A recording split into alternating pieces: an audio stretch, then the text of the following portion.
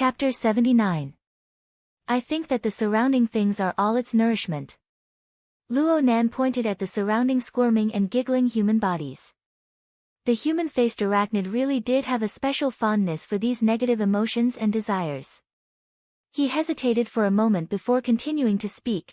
There are also these patterns. They count as magical arrays. I know very little about the mystic arts. Are there any that I'm good at? Zhang Yingying immediately raised her hand from behind. Does my experience with tarot cards count? He Yueyin saw that Luo Nan wanted to say something but hesitated. She directly said, right now, Mr. Luo, you are the only one among us who has the qualifications to make a judgment about the human-faced arachnid. There is no need to introduce other explanations. Zhang Yingying stuck out her tongue. Luo Nan scratched his head, but in the end he continued, in the beginning, I thought that these decorations, the vines, the patterns, and the magical arrays were all just for show. They had no real meaning. But here, a portion of the patterns seem to have displayed their use. They are like water channels, gathering a portion of energy here. Luo Nan pointed at the projector in the form of a lamp stand. He didn't need to bring out his psychic abilities. He just needed to use his eyes to do this. The geometric patterns and the lamp stand left behind remnants similar to the dark red spores on the warship, but they were also slowly evaporating. He Yueyin couldn't see these residues, but she took out a small and exquisite spray from her pocket and sprayed it on the lamp stand. After 2 seconds, the light screen that came with the spray flickered with a faint light. Luo Nan could roughly guess that this should be a special substance similar to the shadow mist. It was capable of capturing traces of the Darksider species interfering with the real world. Indeed, there are remnants of the relevant rays. Zhang Yingying walked over at this time. She pressed down on Luo Nan's shoulder and looked at the lamp stand. A while passed before she spoke to He Yueyin, who was carefully observing as well. The matter seems to be complicated. Does it involve a secret order? He Yueyin grunted but didn't immediately respond. Secret order? Luo Nan didn't understand. An inexplicable and troublesome organization of lunatics. Luo Nan stared at her. You said that ability users don't have secret societies and the like. Nothing is absolute in this world, and it's not a secret society, it's a cult, okay? Zhang Yingying saw that He Yueyin didn't respond for a time. She faced Luo Nan and shrugged her shoulders. Think about it. There are 600,000 ability users in the entire world. The number of people who have a relatively complete cultivation system and have cultivated in a down-to-earth manner is at most a tenth. As for the remaining 500,000 or so, many of them have inexplicably acquired certain abilities. If no one guides them in time, many of them will start to become arrogant and consider themselves to be new human beings or children of God. They think that they are at the peak of mankind and can do whatever they want. That's what happens in many novels and comics, right? Hee hee. Hee hee, it's useless. This is the reality. Of course, most of these idiots would be taught a lesson by the police. If you can't even beat the exoskeleton armors, then don't brag about being a child of God or a holy infant. For those who are more troublesome, the burners of the military will meet them. After that, the association will communicate with them and welcome them into the organization to correct their worldview. Zhang Yingying spread her hands, but in the end, there are still some very special fellows. They should be considered the gifted among the gifted. They are indeed extremely powerful. Even within the society, I'm afraid they are the most top-notch. It's not easy to communicate with them. They don't agree with the society's definition of the ability system. Instead, they have another kind of explanation. But their explanations often use their own abilities to forcefully apply myths, religions, mystic arts, and other existing theories. Or they go wild with their imaginations and change their appearances. The final result is establishing sects and religions.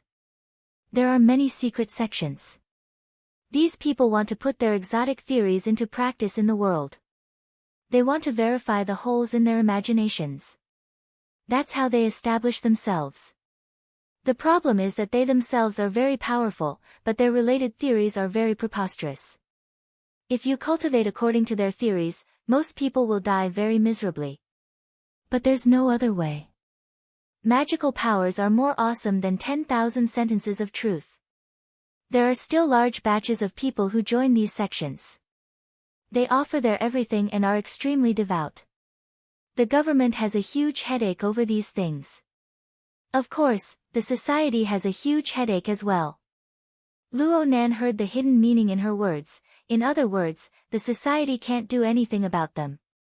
It's holding back for fear of hurting the innocent. The leaders of these sects are brainless, but their strength is really very strong.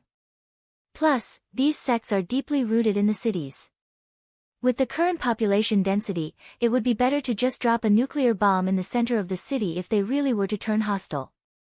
Don't doubt me. Think about the human-faced arachnid. There's also the R&D district. Luo Nan was speechless for a time.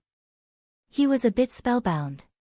Could those powerful ability users really possess the terrifying destructive power of a nuclear bomb? He was stimulated by this information.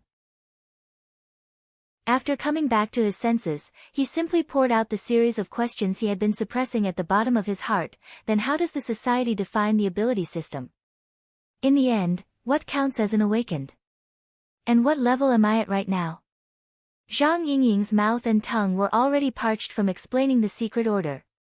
She was busy eating fruits to replenish herself. She waved her hand when she heard Luo Nan's words, speaking vaguely, "You already have the Hexeer. Go take a look for yourself. I believe that Mr. Luo has already reached a certain level. He has even surpassed the level of a normal awakened.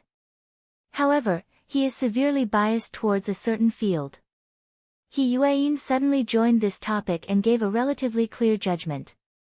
Zhang Yingying went, hey, and cried out, "Let's not talk about this for now." How's the matter with the order? Luo Nan wanted to slap her. In the end, He Yueyin was a bit more concerned about proper business. She responded, "I've already notified the society. We'll be retreating for now, no way." What a strong start and a weak finish. Octopus, who was hurrying to adjust his medicine, raised his head. "We're disbanding just like this. Actually, a certain order leader has already protested against the society's actions. We've interrupted their holy ritual." Octopus was shocked. "We've been discovered." Luo Nan was quite baffled. "How were we discovered?" Cat Eyes glared at him for no reason at all. "So you're blaming me?" Zhang Yingying's attention was focused elsewhere. "Holy ritual? Here." She simply tossed away the fruit platter, spread her hands, and laughed out loud. She didn't know who was the one who said things like, "fear of harming the innocent," just now.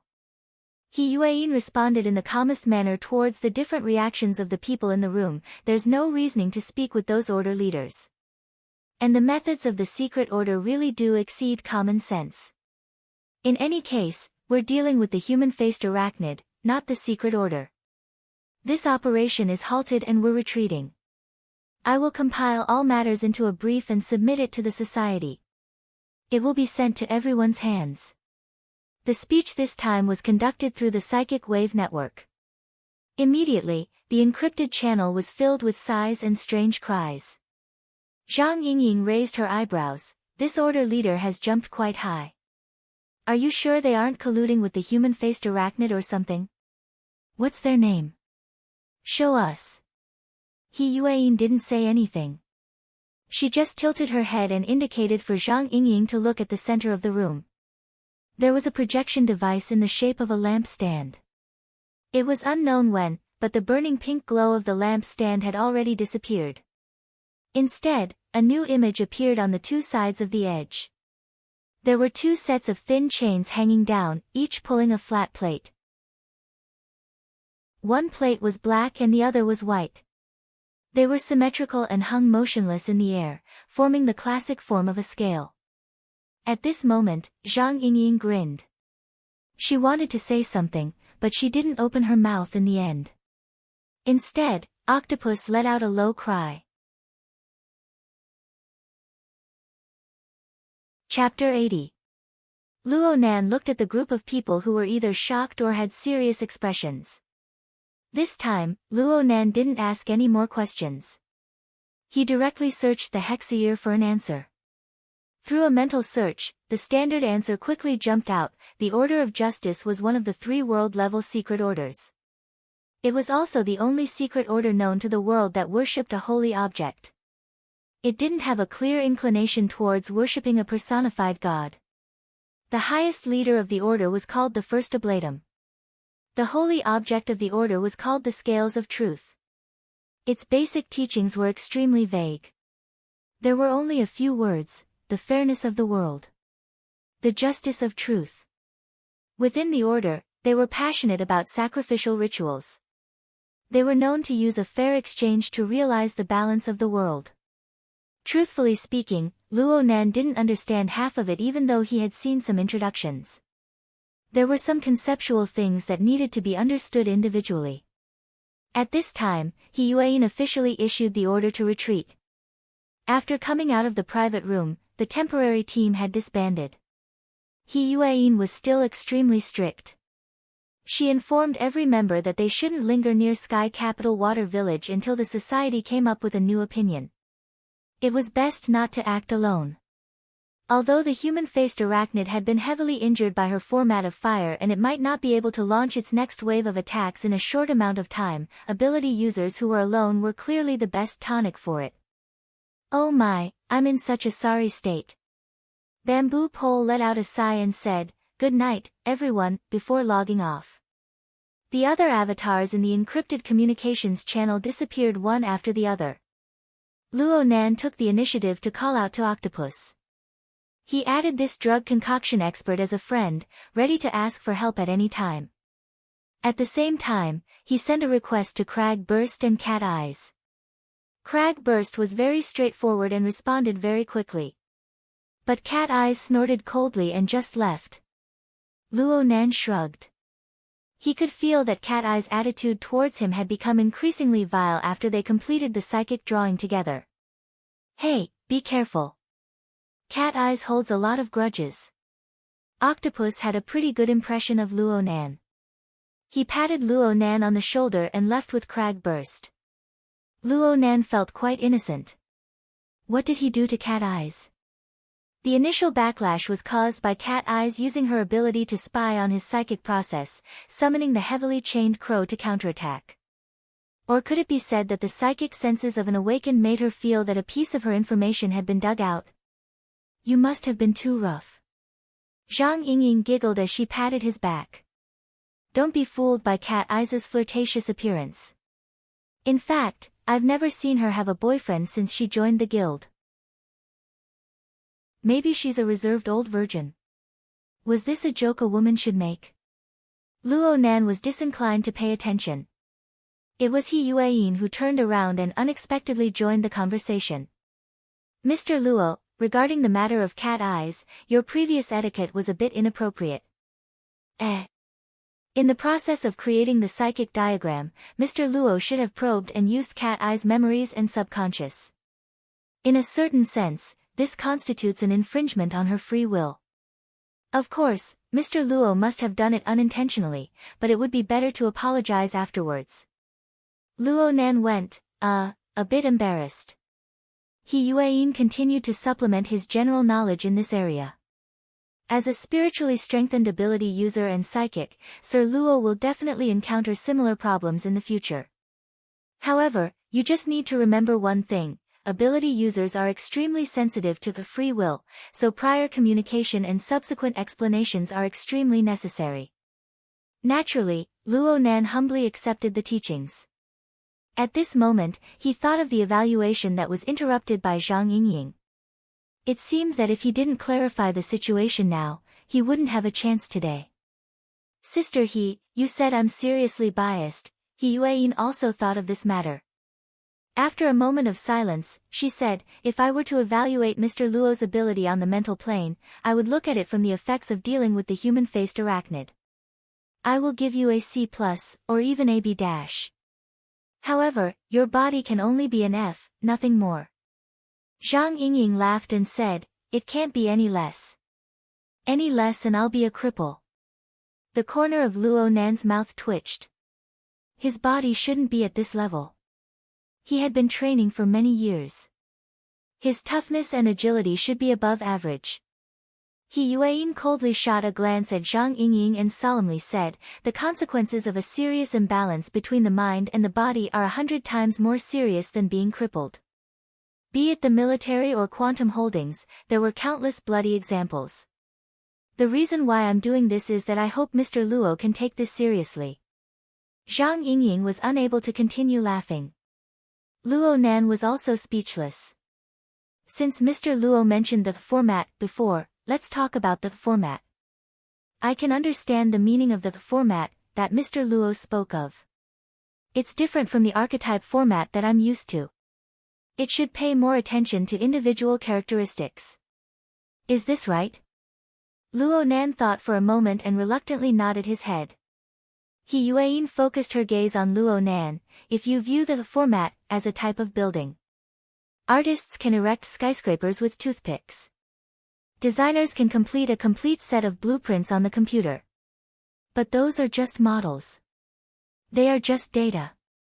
Truly practical buildings must be constructed using qualified and durable building materials. After all, the first essence of a building is practicality. If it's as Mr. Luo says, you possess an effective format.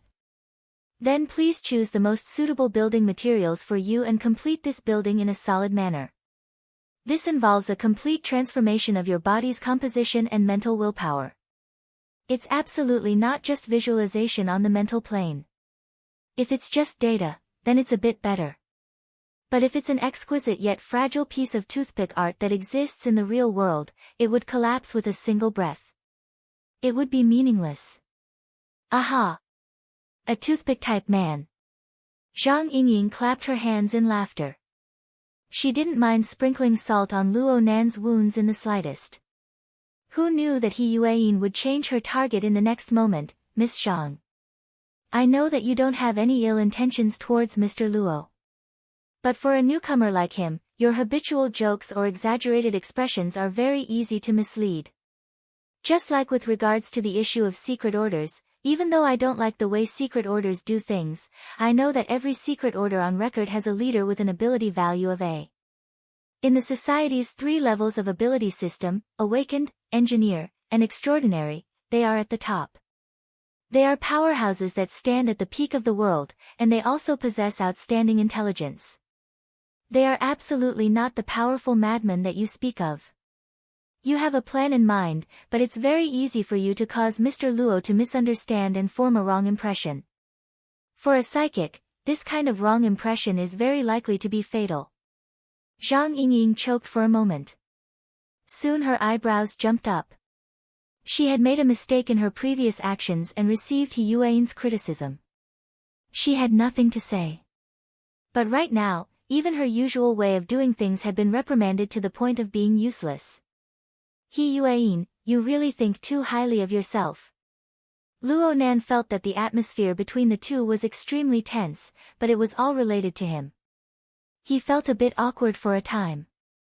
Right when he was thinking about how to mediate, his wristband vibrated. Luo Nan's eyelids jumped when he saw the number. He rushed to connect. Auntie.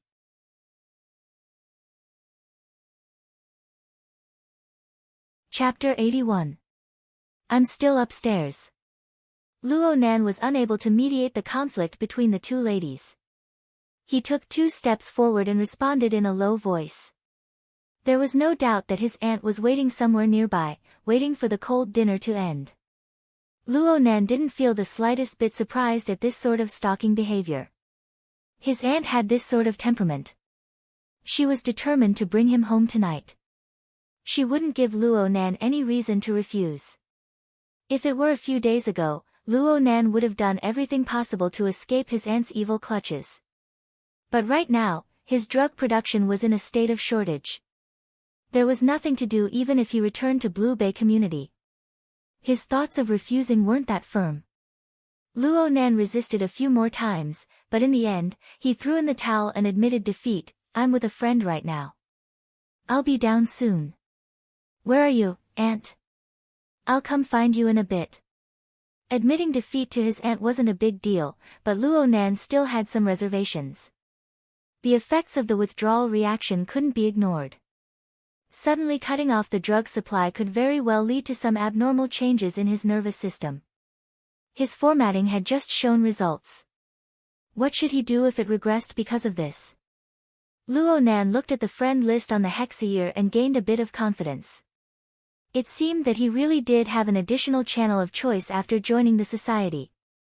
Luo Nan first dealt with his aunt with grunts and then turned to ask Zhang Yingying, "Octopus Bro is very good at making drugs. Does he sell them to the outside world?" Zhang Yingying blurted out, "Who are you harboring evil intentions towards?" There was no way to communicate. "Sister He, you just have to display your invincible might and correct her 3 distorted views." Luo Nan rolled his eyes. He felt that it was more appropriate to directly communicate with Octopus Bro. But Zhang Yingying wasn't happy, probably because his expression was too obvious. She wrapped her arms around his neck. "Hey, speak clearly. What the hell do you want? 9.5 out of 10 people who do business with Octopus Bro aren't good people." "Oh, wait a minute." Zhang Yingying suddenly reached out and pulled at his face. Of course, Luo Nan wouldn't let her move, but this woman's strength far exceeded his by who knows how many levels. He was simply unable to resist. How many times had this happened? Luo Nan's face was flushed red.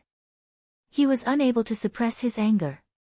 He Yueyin frowned and wanted to stop her, but Zhang Yingying looked as if she had let go of all past grievances.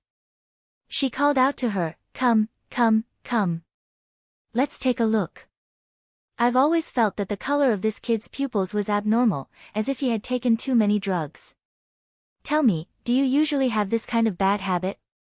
Why was he suddenly so sharp?" Luo Nan was shocked. He forgot to struggle, and Zhang Yingying forced his eyelids open. However, what could she see under the dim lighting of the clubhouse? He Yueyin pulled Zhang Yingying's arm and said in a low voice, "Stop fooling around. We haven't left the church's territory yet." Luo Nan finally broke free from Zhang Yingying's grip, but he still clenched his teeth in depression. What was up with this woman's monstrous strength? In the eyes of an awakened, was his body so weak that it was close to being crippled? He secretly swore that he would communicate with Zhang Yingying again after he achieved the balance of his body and mind and truly became an awakened. In any case, after He Yueyin's interruption, Zhang Yingying didn't pursue the matter of him taking drugs. Luo Nan didn't want to stay with Zhang Yingying for a while. He wanted to leave, but he remembered that Xue Lei and Qin Xiaolin were still on the 81st floor. He had to go take a look at the situation. Luo Nan arrived at the floor without incident. He had just opened the elevator door when chaotic sounds came from the corridor. Luo Nan didn't care at first, but after a few steps, he saw figures scattered in front of him. There were waiters, medical staff, He Yueyin's bodyguards, and so on.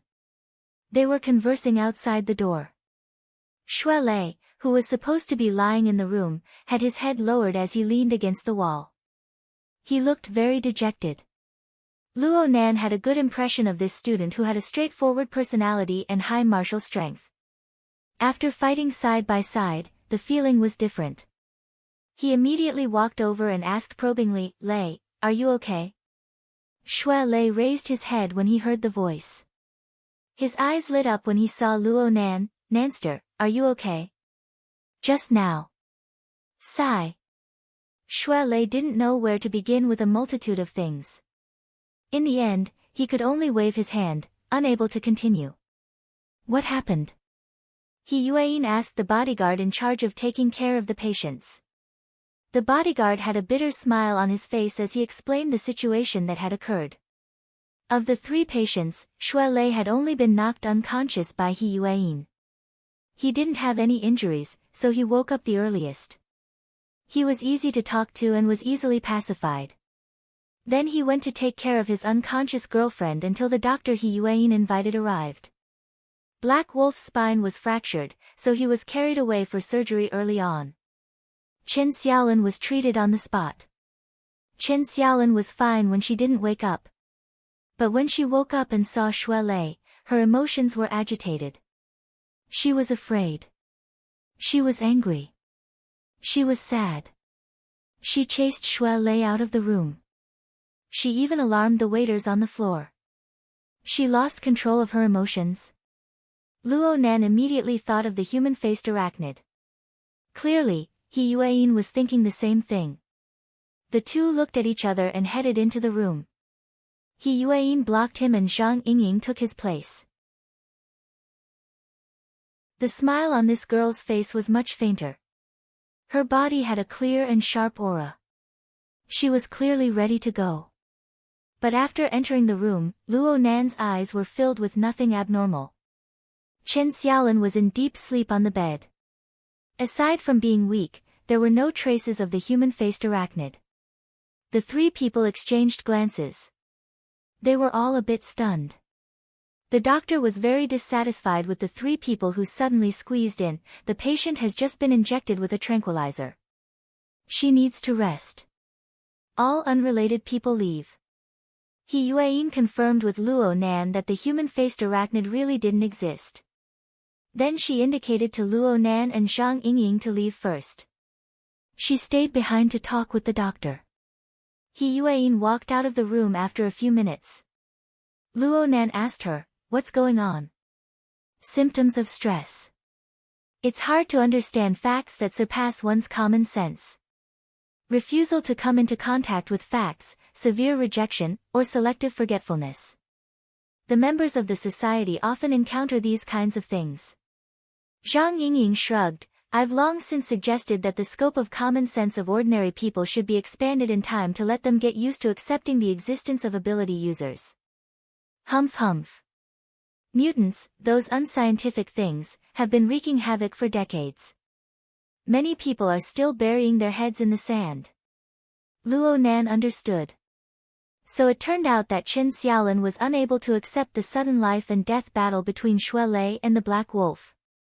Then there was the human-faced arachnid, and even the influence of Luo Nan's hypnosis technique. He Yueyin suggested, it's better to let your friend go home first. He'll only make the patient more nervous if he stays by her side. Zhang Yingying shot a glance at the still dejected Shui Lei. This friend of yours is quite the material. His foundation is much better than yours. His adaptability is also quite strong. He should be the disciple of some martial arts master. Luo Nan approved of this conjecture. Shui Lei's reaction in the elevator was truly admirable. He even suspected that this big guy should have an intuitionistic response to the threat of the human-faced arachnid. However, Zhang Yingying was serious for less than 10 seconds before she began to run her mouth again. This pair is clearly bragging. Why don't I introduce your friend to the society? You can go to the society and find your own kind. This kind of sunny and strong man is definitely more popular than some toothpick guy. Luo Nan glared at her and asked He Yueyin about Chen Xiaolin's treatment situation. Then he walked towards Shui Lei. Senior sister Chen doesn't have any problems. The doctor will take good care of her. We can't help much here anyway. Let's go home first. Shui Lei shook his head as expected. I'll wait here. Luo Nan pressed down on his arm. Senior sister Chen will be sent to the hospital to receive follow-up treatment. She just needs to be quiet for a few days in this kind of situation. She also needs to be quiet for a bit. Let's go. It's getting late. My aunt's car is downstairs. She'll give you a ride. Shui Lei clearly hung his head even lower when he said the word, quiet. Luo Nan sighed and used a bit of strength to pull Shui Lei up. Of course, Shui Lei's mind was definitely shaken right now. Otherwise, how could he move? Luo Nan and Shui Lei left side by side after greeting He Yueyin, Zhang Yingying, and the others. They entered the elevator, and it just so happened to be the one where Shui Lei and He Lang had fought. Shui Lei stared blankly at the remnants of the collision marks on the inner walls of the elevator. He suddenly spoke, you guys aren't normal people, right? You're not either. It's fate.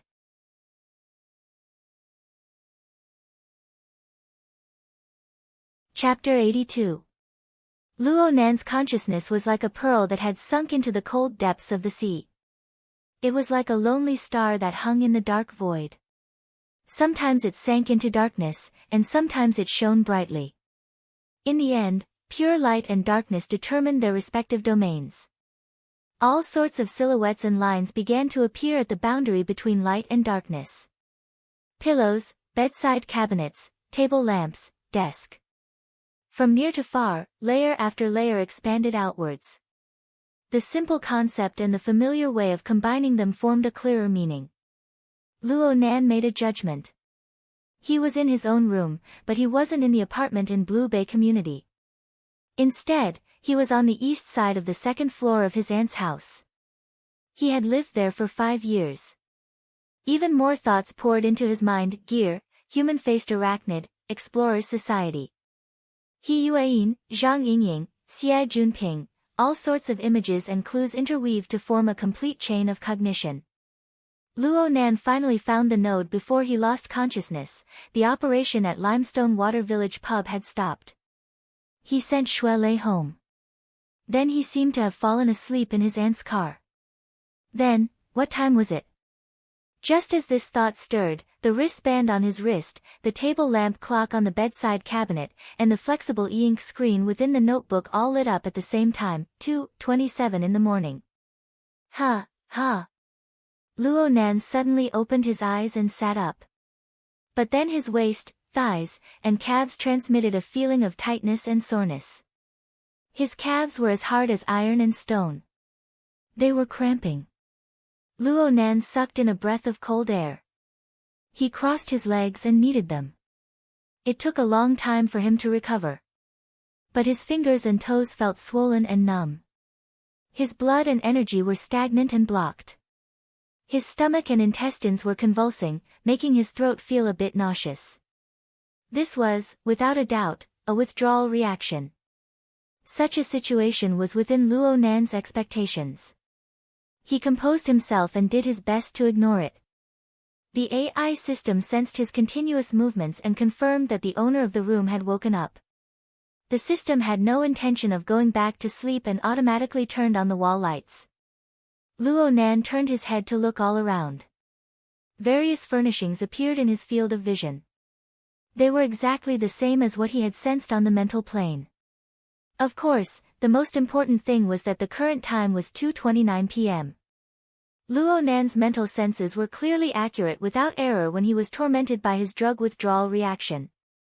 Luo Nan closed his eyes once more, clearing his distracting thoughts. Sure enough, a clear picture appeared in his mind. The range wasn't very far. When it passed through the room and reached the corridor, it became dark and indistinct. It had already reached its limit. Calculating, it was about a 5-meter radius. Compared to Cat Eye's long-range perception, it was nothing at all. But it must be known that Luo Nan could only use the heavily chained crow or use the out-of-body state in order to accomplish this. But now it was natural. It seemed like his body and spirit were also constantly adapting to this ability, integrating it into the most natural level. Alright, he was no longer an ordinary person anymore. Luo Nan was just about to test out his new ability when a bloated figure tiptoed through the hallway at this time, entering the range of his senses. Luo Nan shook his head. He resisted the uncomfortable feeling of soreness throughout his body, got off the bed, walked to the door, and opened it. Hiss, the person passing by his door was so startled that her hair was about to float up. But soon, she was able to clearly see who it was under the light of Luo Nan's room. She handed over the enormous suitcase in her hands without the slightest trace of politeness. Help. Just by looking at the size of the suitcase, Luo Nan felt that his next cramp wasn't too far away. But he didn't say anything. He silently received the suitcase and then, under the guidance of the figure, he moved the suitcase downstairs as quietly as possible. Moya got rid of the biggest burden and only carried a guitar case. She recovered her usual free and easy handsomeness. She lightly brushed away the messy hair on her forehead and didn't forget to issue orders: be gentle. Don't turn on the lights when you're downstairs. They moved the suitcase to the living room with great difficulty and refused the AI housekeeper's suggestion to turn on the lights. The two cousins sat on the sofa, panting. Moya was Luo Nan's older cousin. She had an explosive figure, but she was used to wearing gender-neutral clothing. She was fortunate enough to inherit her father's handsome appearance. She wasn't like her mother, who had an average appearance. She had undergone a genetic mutation, growing to a height of 1.8 meters. She was currently the tallest person in the family. Right now, she was dressed in cowboy attire. Her legs were crossed, but her top leg was crossed over her knee, forming a smooth and proper large triangle. Her skin-tight jeans wrapped around her, revealing the fine and powerful lines of her body. It was enough to make over 70% of the girls scream and call her handsomeness. They would fall to the ground crying from jealousy. Luo Nan really was paralyzed on the sofa. Even moving a finger made him feel tired. "I've returned the favor," Moya frowned as she looked at him. "You're too weak. You didn't just rely on eating pills to survive this month, right?" "How could that be? The amount of food I eat in a day is more like what you eat in a month." "Then you slept for an entire day. How are you still this week?" "I slept at around 10 o'clock yesterday. It was the night before yesterday, okay? You slept like a dead pig in the car." "It was me and Mo Peng who painstakingly carried you upstairs. Then I never saw you wake up again. Your biological mother even called a doctor." Luo Nan raised his hand to look at the date displayed on his wristband, September 30th. He was speechless for a time.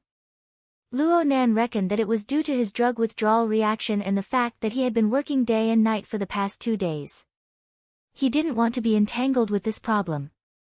He changed the subject. "Why did you run away in the middle of the night?" Moya snorted. "Who ran away? I just went to Man City for a roadshow. It took a bit longer, that's all." Man City was a satellite town of Xia City. It was over 400 kilometers away from the city. It was already close to the edge of the city in the wilderness. Luo Nan frowned when he heard this. "How many days?" "A month.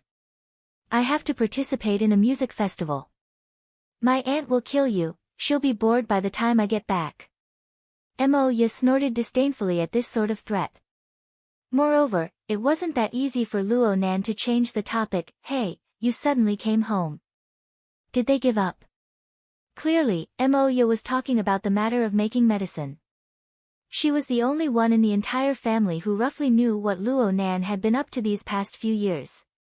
Luo Nan thought for a bit and laughed. "No, I'm resting in stages." "It's good that you know what to do." Moya stood up and walked over to rub Luo Nan's head. "Excellent. The little fellow is much calmer now. But don't pretend anymore. The car is here to pick me up. Get up and move the luggage for the future heavenly queen." Luo Nan groaned, but in the end he couldn't resist Moya's forcefulness. He lifted the luggage once more and moved it outside like a thief. He walked out the front door of the house and saw a jet-black old-fashioned van parked outside the courtyard. There were also people waving. Though the sky was dark, Luo Nan was able to confirm that they were members of Moya's band.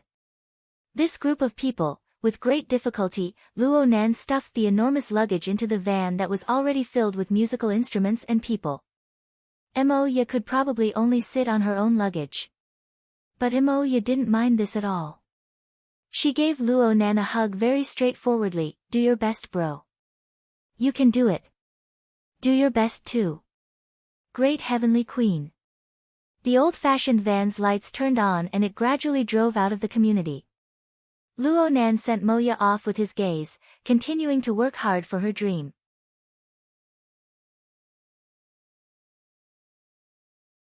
Chapter 83. Luo Nan had become a porter. His back was sore and his limbs were weak. His cramped calf showed signs of relapse. Under these circumstances, he was too lazy to even go up to the second floor. He walked to the living room and collapsed on the sofa. He didn't want to move at all. His body was half crippled, but his heart was inexplicably happy. He chuckled as he lay on the sofa. Luo Nan also saw himself when he saw Moya like this. It sounded a bit painful, but to have a dream and to be on the path of pursuing it was something worth cherishing. Moya's dream was to create a world-class band and to become the fully deserving lead singer of the Queen of Heaven. Up until now, her band had already gained a bit of fame in Xia City. They had also held 2 small-scale concerts and had begun to attract the attention of music companies. Perhaps she was still far from her ultimate goal, but when she sat in that crowded little box of goods and drove towards the music festival in Man Town, she was advancing on the road towards her dream of becoming a heavenly queen. Luo Nan had once been very envious of Moya.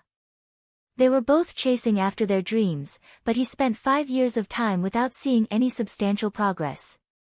Luo Nan's dream was to let his grandfather's formatting theory defeat Yan Hong, that shameless distorter and plagiarist. He wanted it to be accepted by the world, become a prominent study, and restore the honor it deserved. This wasn't easy. Yan Hong had already fallen, but Quantum Corporation, one of the top 3 companies in the world by market value, possessed the results. They used this foundation to develop the Deep Blue platform, created the burners, and changed the entire world. This supergiant was a nearly insurmountable obstacle that lay across the road ahead. If Luo Nan wanted to break through it head-on, he would need to become the apex scholar, possess the apex academic status, and have the support of the corresponding capital power. He would need to continuously produce superior results. With his age and accumulation, was this a goal that could be achieved within a few decades? Plus, Luo Nan wasn't a gifted researcher. He had stumbled with even the most basic replication experiments in the past 5 years. His accumulation of theory was pitifully small. He used himself as a guinea pig. It looked very decisive, but so what if he succeeded? At most, he would be a large lone piece of evidence that wouldn't be recognized. At most, some organizations would be interested in him, mulling over slicing him up for research. Luo Nan knew of insurmountable obstacles, but he rarely thought about them. Thinking too much would cause him to collapse. At that time, he felt like he was wandering at the intersection of a highway. Staring at the traffic, he felt envious, but he couldn't blend in at all. Moya and the others still had a container truck, but what he had was just a small body sculpted from medicine. He didn't even have the qualifications to go on the road. But now, the situation had taken a miraculous turn. Luo Nan's consciousness focused on his left ear. There was a small and exquisite electronic device stuck to his ear canal. The hex ear. This little thing from the Wilderness Explorers Association had a miraculous function, but only those with a certain level of strength could activate it. Moreover, depending on one's strength, the level of the function would be different. Luo Nan needed to activate the heavily chained crow the moment he first came into contact with it. Only then was he able to realize the functions on the computer level. But after 30 hours of sleep, his body and mind had inexplicably adapted to the relevant abilities.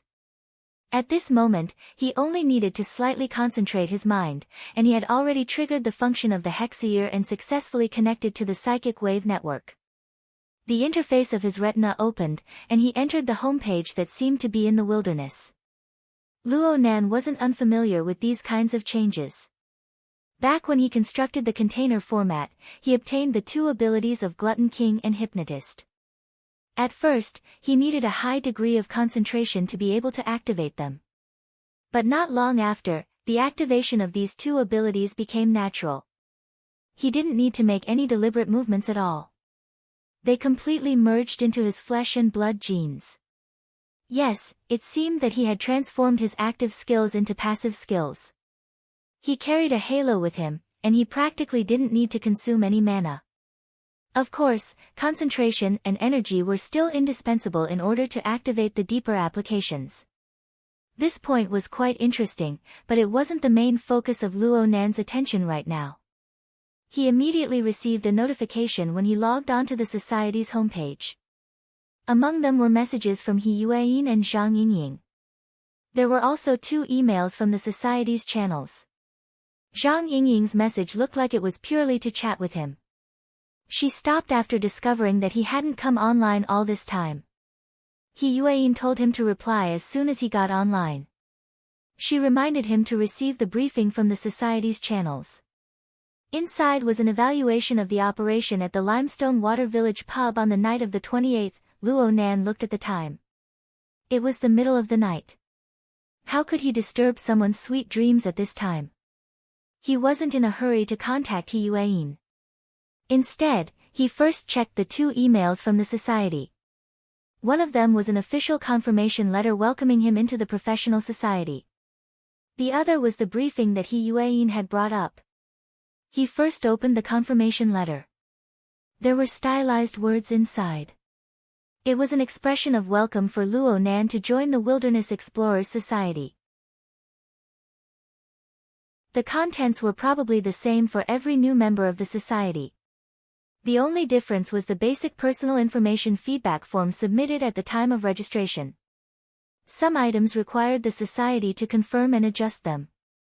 After adjusting, the form would be sent back to the new member for further confirmation. Luo Nan was disinclined to pay attention to the other items. He just stared at the ability source section. Right now it displayed System Flow.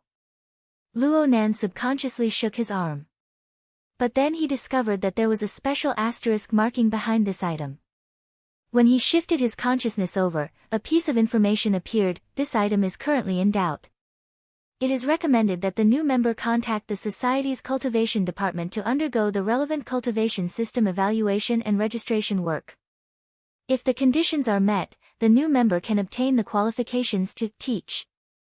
Luo Nan raised his eyebrows. The word, in doubt, made him a bit unhappy. But he had to admit that compared to the difficult circumstances of the past 5 years, the current him, I'm on my way. This was an organization that borrowed the name of the Wilderness Explorers Society. In reality, it was an ability user professional society. It was just like its core.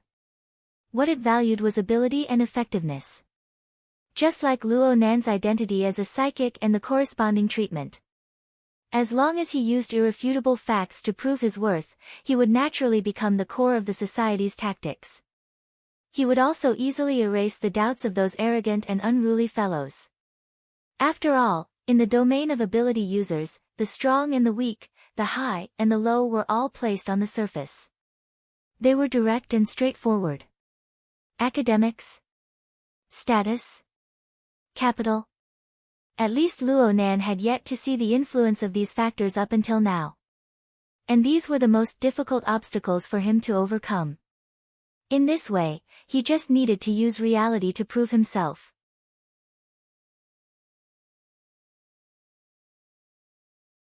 Chapter 84. Luo Nan used the psychic wave network to search for information related to the evaluation of the cultivation system. He saw the association's definition of a cultivation system. It was a complete and operational cultivation sequence from beginner to advanced. It ensured that a certain number of ordinary people could pass through this cultivation sequence to become an awakened, or even an ability user of a higher level. Luo Nan's focus was on the awakened. It seemed that the most basic condition to confirm a system was that someone could pass through the system to become an awakened. Then he was still a bit lacking. And frankly speaking, he didn't have a particularly clear train of thought on how to become an awakened. From this point of view, it was no wonder that Zhang Yingying was so disdainful of his insistence on the system-type judgment. Of course, Luo Nan didn't believe that this was a flaw in his grandfather's theory. The theory he grasped, including the related methods, were all obtained from a notebook. His grandfather had made thousands of similar notebooks throughout his life. Moreover, there were even more important research results that were stored in the Wilderness Laboratory. The Wilderness Laboratory changed owners during the time of the lawsuit. Most of the relevant notes were lost. The book that Luo Nan grasped was not worth mentioning in the face of the huge amount of research data. But the reason why Yan Hong was able to grasp the relevant theory and produce results so quickly was because he had obtained a considerable portion of the important data. As for why Yan Hong was able to obtain the data, Luo Nan knew that it was because of his own father, that coward. During the most critical stage of his grandfather's lawsuit, that coward took out his grandfather's research results without authorization. He reached a sort of settlement with Yen Hong and the team behind him, exchanging for a light sentence for his grandfather and successfully getting rid of the lawsuit on his own body. But in reality, his grandfather's schizophrenia was already extremely serious. It was impossible for the court to make a particularly harsh sentence. In the end, that coward was only trying to get rid of his own crime. This was a betrayal. Luo Nan firmly believed. Not only did he betray his grandfather, he betrayed his mother who had always supported their research and died because of it. Luo Nan's heart felt stuffy every time he thought of this. He had such a great grandfather, such a great mother, but at the same time, he was the son of a coward and a traitor. Luo Nan took a deep breath. His previous good mood was completely destroyed by the sudden memories. He tried to look at some more information about the society, but he was unable to calm his mind. Seeing that it was still early, Luo Nan decided to go out and train. Speaking of which, it had been 2 days since he had completed a marathon. He also had to verify how much the withdrawal reaction affected his body. Luo Nan stood up and was just about to change his clothes when a new message suddenly came from the psychic wave network. It was a direct call. Mr. Luo? Sister He? Luo Nan looked at his watch. It was just past 3 in the morning. It seemed that He Yueyin was also a person who didn't sleep much. You didn't come online the day before. You seem to have entered a deep sleep state. I slept for 30 hours. Luo Nan was a bit embarrassed. He Yueyin said, psychics consume a lot of energy. Sleeping for a long time is the most common way to recover. Time isn't a problem, but whether or not one's energy is restored is the most important thing. Yes, I'm in good spirits now. Other than withdrawal symptoms, Sister He, you wake up so early every day. Are you still awake? Burners only need about 2 hours of quiet rest every day. I usually choose to rest at midnight. The two of them chatted for a bit before He Yueyin took the initiative to cut to the chase. I noticed that you just received a message. Did you see the briefing? I saw it. Luo Nan was embarrassed to say that he hadn't seen it yet. He hurriedly opened the briefing. Luckily, the contents weren't too complicated. He could see that He Yueyin's writing style was always serious and straightforward. She bluntly mentioned the failure of the operation this time.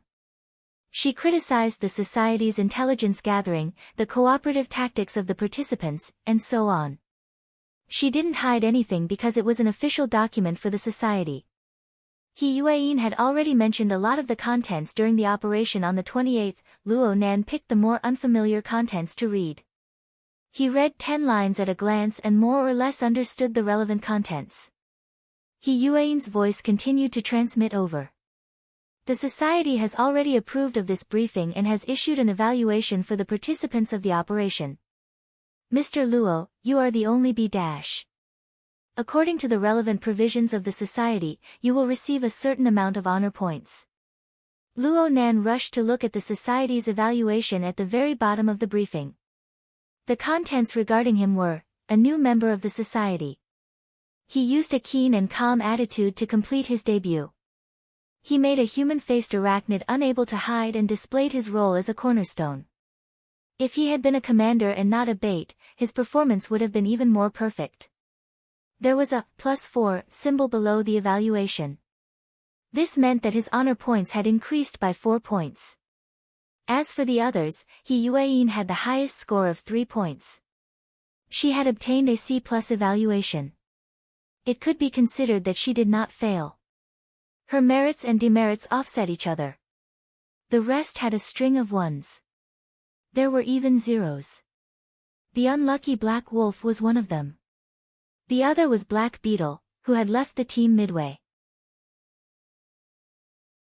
It looked pretty good, He Yueyin reminded him at this time. Honor points are very useful within the society. I hope that you can use them carefully. Sister He, do you have any suggestions? Luo Nan had a lot of confidence in He Yueyin's abilities right now. He directly asked her for guidance. He Yuan said, "I've just entered the society. Moreover, the path of a burner is different from yours. I recommend that you understand the society a bit more before making your choice. AB, evaluation and 4 points are already quite impressive for a newcomer. You must display your greatest value." Luo Nan naturally received the advice. And the B- evaluation made Luo Nan think of He Yuan's evaluation that night. She also gave Luo Nan a B evaluation on the mental plane. But she only gave him an F on the fleshly body plane. This seemed to be an important obstacle for Luo Nan to become an awakened. Luo Nan couldn't help but ask, "What should I do if I want to temper my body and achieve a balance between my mind and body? Do I become an awakened when my fleshly body and mind achieve a balance?" I'm still unable to give you too good a suggestion on this point. After all, the military's burners started with alterations. However, I've heard that the society has a training method specifically provided for members of the mentally enhanced. He Yuan was extremely patient. She answered every question. Mr. Luo needs to be clear on this concept. Since it's called awakening, the key is certainly a change in one's understanding. Whether it's training the fleshly body or cultivating the mind, they are just supplementary methods. They help the fleshly body and the mind to truly experience and sense this world. They help to better explain one's strength. The society has a sort of awakening ceremony. It has a similar function.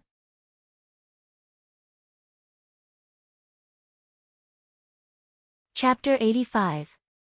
He Yuan's reply was filled with her straightforward and practical style. Too many people wouldn't like it, but Luo Nan could accept it. Achieving a balance between the fleshly body and the mental. Pure and practical goals made it easier to concentrate. But He Yuan sent another message right after.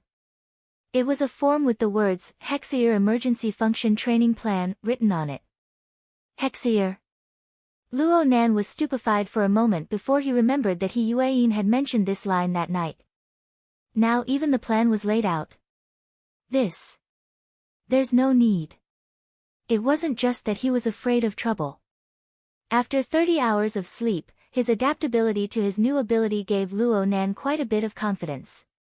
He felt that even if he didn't use the heavily chained crow, maintaining a 24-hour connection shouldn't be a problem. He Yuan didn't give in easily. "Mr. Luo, the use of the Hexier isn't just common sense. It is also a skill. Even when you reach the awakened level, you still need to practice it frequently. Especially right now, the threat of the human-faced arachnid is far from being eliminated. You need to maintain a close connection and not give it an opportunity to take advantage." Luo Nan grunted and finally thought of the human-faced arachnid. He seized the opportunity to change topics. "Oh right. Is there any news on the human-faced arachnid? How's the situation with the encirclement and suppression?" "Not too good." He Yuan's attention was drawn away, but he could hear the seriousness in her voice. "Up until now, the society, the military, and Quantum Corporation have handled a total of 11 related incidents. 4 cases have been resolved and 7 cases have failed. In addition, there are still 3 cases that haven't been determined to be the work of the human-faced arachnid. Out of the 14 incidents, 5 people died, 1 was seriously injured, and 67 people suffered serious mental trauma. This was simply a complete rout." Luo Nan wanted to cover his forehead when he heard this. Before he joined the society, he had a bit of reverence towards this organization hidden in the dark side of the human world. But now it seemed that they were in dire straits. How could this young man, who harbored dreams of joining, endure? He Yuan seemed to sense Luo Nan's thoughts. She spoke softly. "When the Darksider life forms first appeared, the government, the military, and the ability user society were in a much more difficult situation than they are now. Later, they paid a considerable price and developed a series of tactics to barely control the situation. The current situation is different. The Darksider life forms invading the metropolis is a problem that we have been trying our best to avoid. But this time, the situation had gone out of control, and their efforts over the past 2 years had been ruined. It will definitely take some time to regain control. Luo Nan blurted out, then how will Quantum Corporation be handled? Nan, what are you talking about? His aunt's voice suddenly rang out. Then the living room lights turned on, illuminating Luo Nan's silhouette on the sofa. At the top of the stairs, Madame Luo Shuqing frowned and stared at him in her pajamas. I made a mistake. Luo Nan's application of the hexayear was indeed lacking in tempering. It was clearly an application on the mental plane, but he forgot himself for a moment and simply vomited. However, he did not know if there was a similar problem in front of him. He Yueyin also noticed the surprise on his end and took the initiative to end the call. Once you confirm the training schedule, send it to me. Luo Nan didn't have the face to refuse at this time. He could only acquiesce. Of course, the most important thing now was to deal with his aunt's questions. He stood up, but he forgot about his body and almost sprained his waist again. He took a deep breath and tried to think of an excuse. I just woke up and a classmate was online, so we chatted. I really slept for a long time. Madame Luo Shuqing walked over, her brows still furrowed. Did you not rest well over at Blue Bay? Nope, it was pretty good. Luo Nan's eyes didn't even blink when he said this sort of lie. His usual dullness was a very good cover.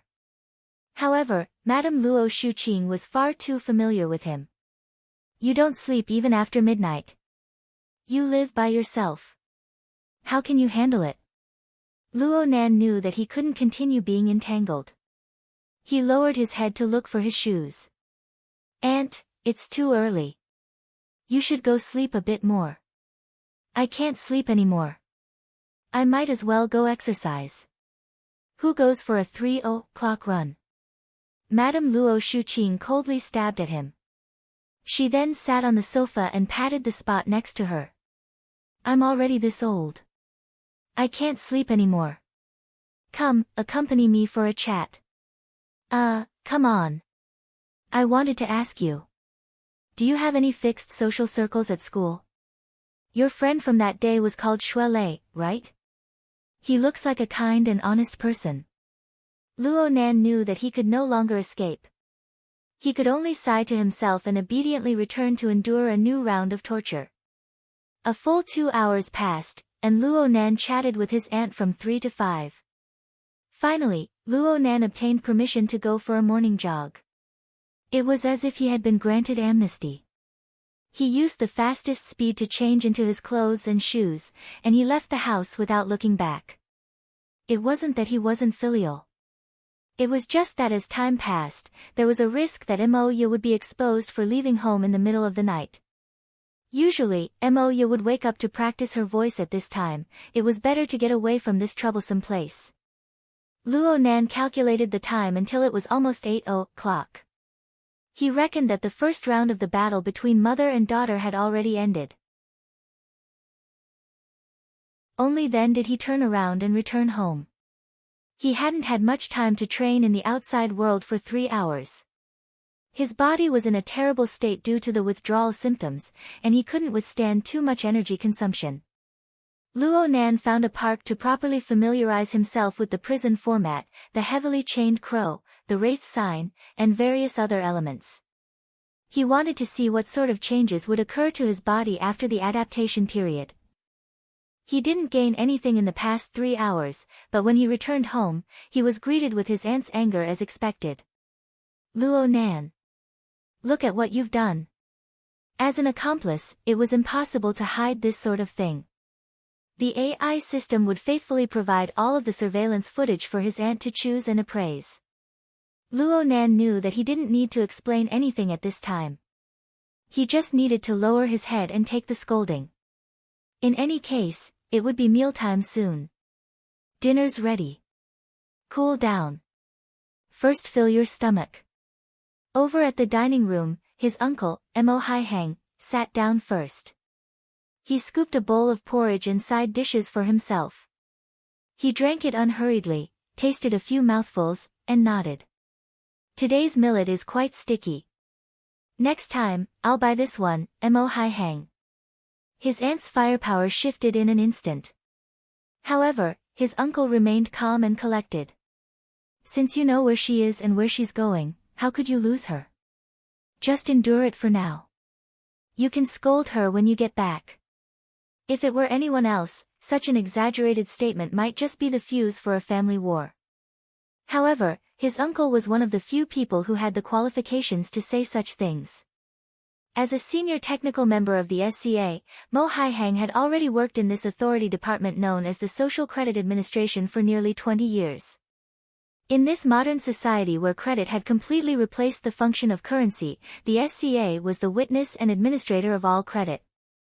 It was also responsible for auditing the corresponding granting of authority. It could be said to be the hottest authority department.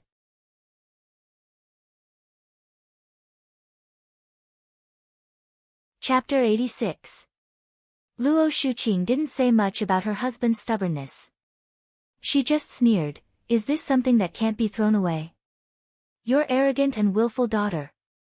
In any case, Luo Nan was able to temporarily leave the battlefield thanks to his uncle's diversion of fire. He went upstairs to change his clothes and wash up. Who knew that there would be many things to do this morning? He had just finished showering and changed his clothes when a message came from the Hexier. It was from an unfamiliar number. Luo Nan thought for a bit and chose to answer. He was just about to ask when the other side spoke, "Fuck you." Luo Nan was stunned for a moment. Which psycho? The society had this kind of person? Then the voice on the other side clearly lost control and shouted, "Go hide in that mechanical woman's crotch. I'll show you guys sooner or later." This person sounded like he was drunk. His words weren't very clear and they were all filled with profanities. A long string of curses was spilled in less than half a minute. Luo Nan finally reacted at this time. Mechanical woman. Was this referring to He Yuan? Then it was related to the operation on the 28th. He quickly made a guess when he saw the other side's vile attitude. He looked at the avatar and sure enough, Black Beetle. Wasn't this fellow the one who couldn't take He Yuan's criticism that night and left the team halfway? He and the unlucky Black Wolf were given 0 points in the society's evaluation report. Now it seemed that this person's personality was vile enough. There really were all sorts of people in the society. Even Buddha would get angry after being showered in the face with profanities, let alone Luo Nan. He frowned and replied, a blatant threat with an intense attitude. Can I assume that you're being controlled by the human-faced arachnid? The other side was suddenly stifled by this accusation. Then he gritted his teeth and said, "Kid, don't think that being a psychic is amazing. Let's play slowly in the future." Luo Nan responded coldly, "I'll keep you company anytime." The two sides hung up and Luo Nan discovered that he had spat out a mouthful of saliva due to his impulsiveness. He patted his cheeks lightly and stuck his head out from the staircase.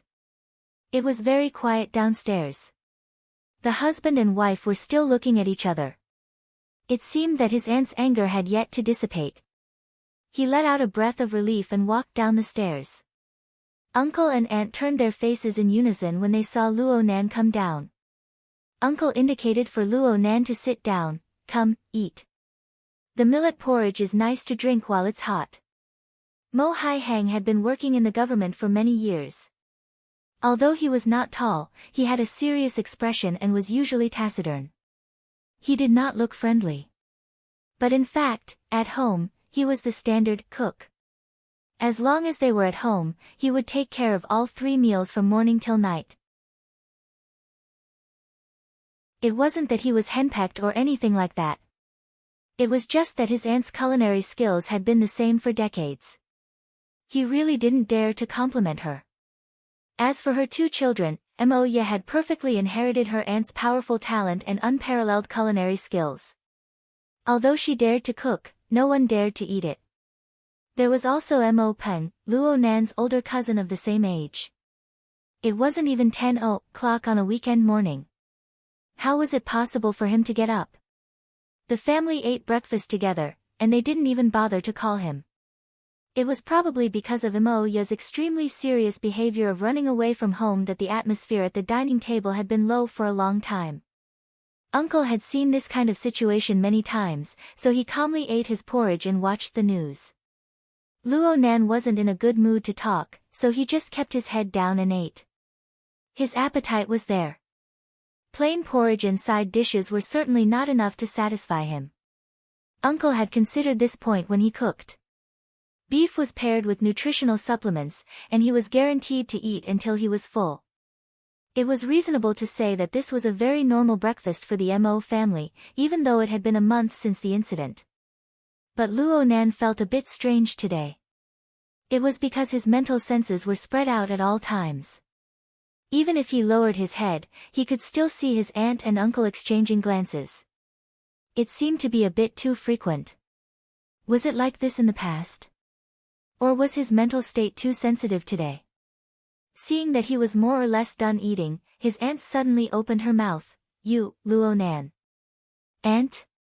Nothing going on today, right?" Nothing, then let's go to Anhai together." "Let's go see your grandfather." Luo Nan was clearly stunned. Then he responded with a resounding voice, "Okay." But he was a bit worried in the blink of an eye. "Grandpa's condition isn't good again?" "No, don't make blind guesses." Aunt tapped her chin. "Go. You clean up today." Luo Nan had no objections. Anhai Medical Center was a very famous sanatorium for mental illnesses in Xia City. It was located in the outskirts of Xia City, nearly 200 kilometers away from the main city district. It was approximately an hour's drive. Every time the family went on an outing, the front passenger seat was a golden treasure trove. No one wanted to receive his aunt's advice in the rear compartment. This time Luo Nan seized the seat before the sleepy Mo Peng could. He let out a sigh of relief when he got in the car. An hour's drive could be said to be long, but it could be said to be short. From Mo Peng's perspective, it was clearly very long. But Luo Nan had a lot of things to do to pass the time. He opened his portable notebook and looked at the interface of the flexible e-ink screen. Right now, the newly appeared visualization icon was still in the download state. Over 30 hours had passed and the progress had only reached 2%. Well, it was all thanks to this, too. Otherwise, he would have thought that it was stuck.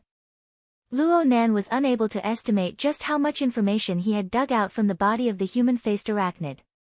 Or perhaps the external neuron's analysis speed was limited after it left the laboratory's abundant energy. Luo Nan looked at the battery capacity of the flexible e-ink screen. There was still around half of it left. This was already an extraordinary consumption, but it was nothing compared to the independent power station of Gear's laboratory. He could give it a try when he got to school tomorrow. Luo Nan opened the drawing software and directly entered the second layer interface. A 5-layer structure of students, staff, technicians, clergymen, and politicians appeared. But then he frowned. Was it a misconception? Did he feel that the interface had become dirty? It was inexplicably a bit dark, and it was even a bit trembling. Before he could take a closer look, his uncle in the driver's seat turned his head. "You're researching the societal format diagram?" "Oh, you switched to a flexible screen." This driver of his was quite idle under the autopilot mode, and his gaze was quite sharp. Luo Nan grunted, wanting to vaguely brush it off. But Luo Nan's uncle curled his lips. "In '79, I was forced by a certain someone to start a research project on the Bureau's supercomputer. I built a format diagram model for him, using 30 years of Xia City's authority and credit data. In the end, I was punished, and I was reprimanded by your grandfather for trying to fish from a tree. These are all things that happened before my eyes." Luo Nan knew that the certain someone was referring to his father, Luo Zhongheng.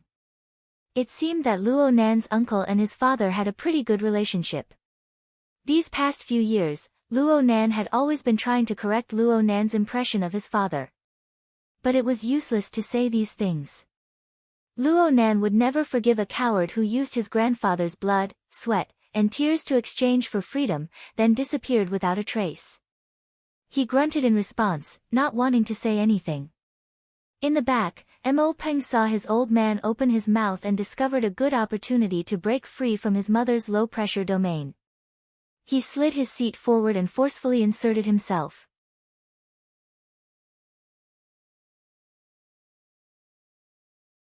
Chapter 87. Mo Peng's short and fat body moved forward like a fat groundhog. Luo Shuqing, who was behind him, couldn't bear to look at him and coldly stared at him. If you are ignorant and incompetent, then don't speak without thinking. How am I ignorant and incompetent? Are you saying that my A's in all 7 subjects are just there for you to trample on? Mo Peng had a wronged expression on his face. He clearly wanted to liven up the atmosphere. How did he get such a reputation? It was his father who knew him well. He knew that he couldn't stand the pressure of his menopausal mother, and was just here to join in the fun. He casually explained and brought him into the circle of discussion. Student and staff are just code names. They have their own specific meanings. Are you not interested in them? As long as he could hide from this old lady, he would be interested in anything.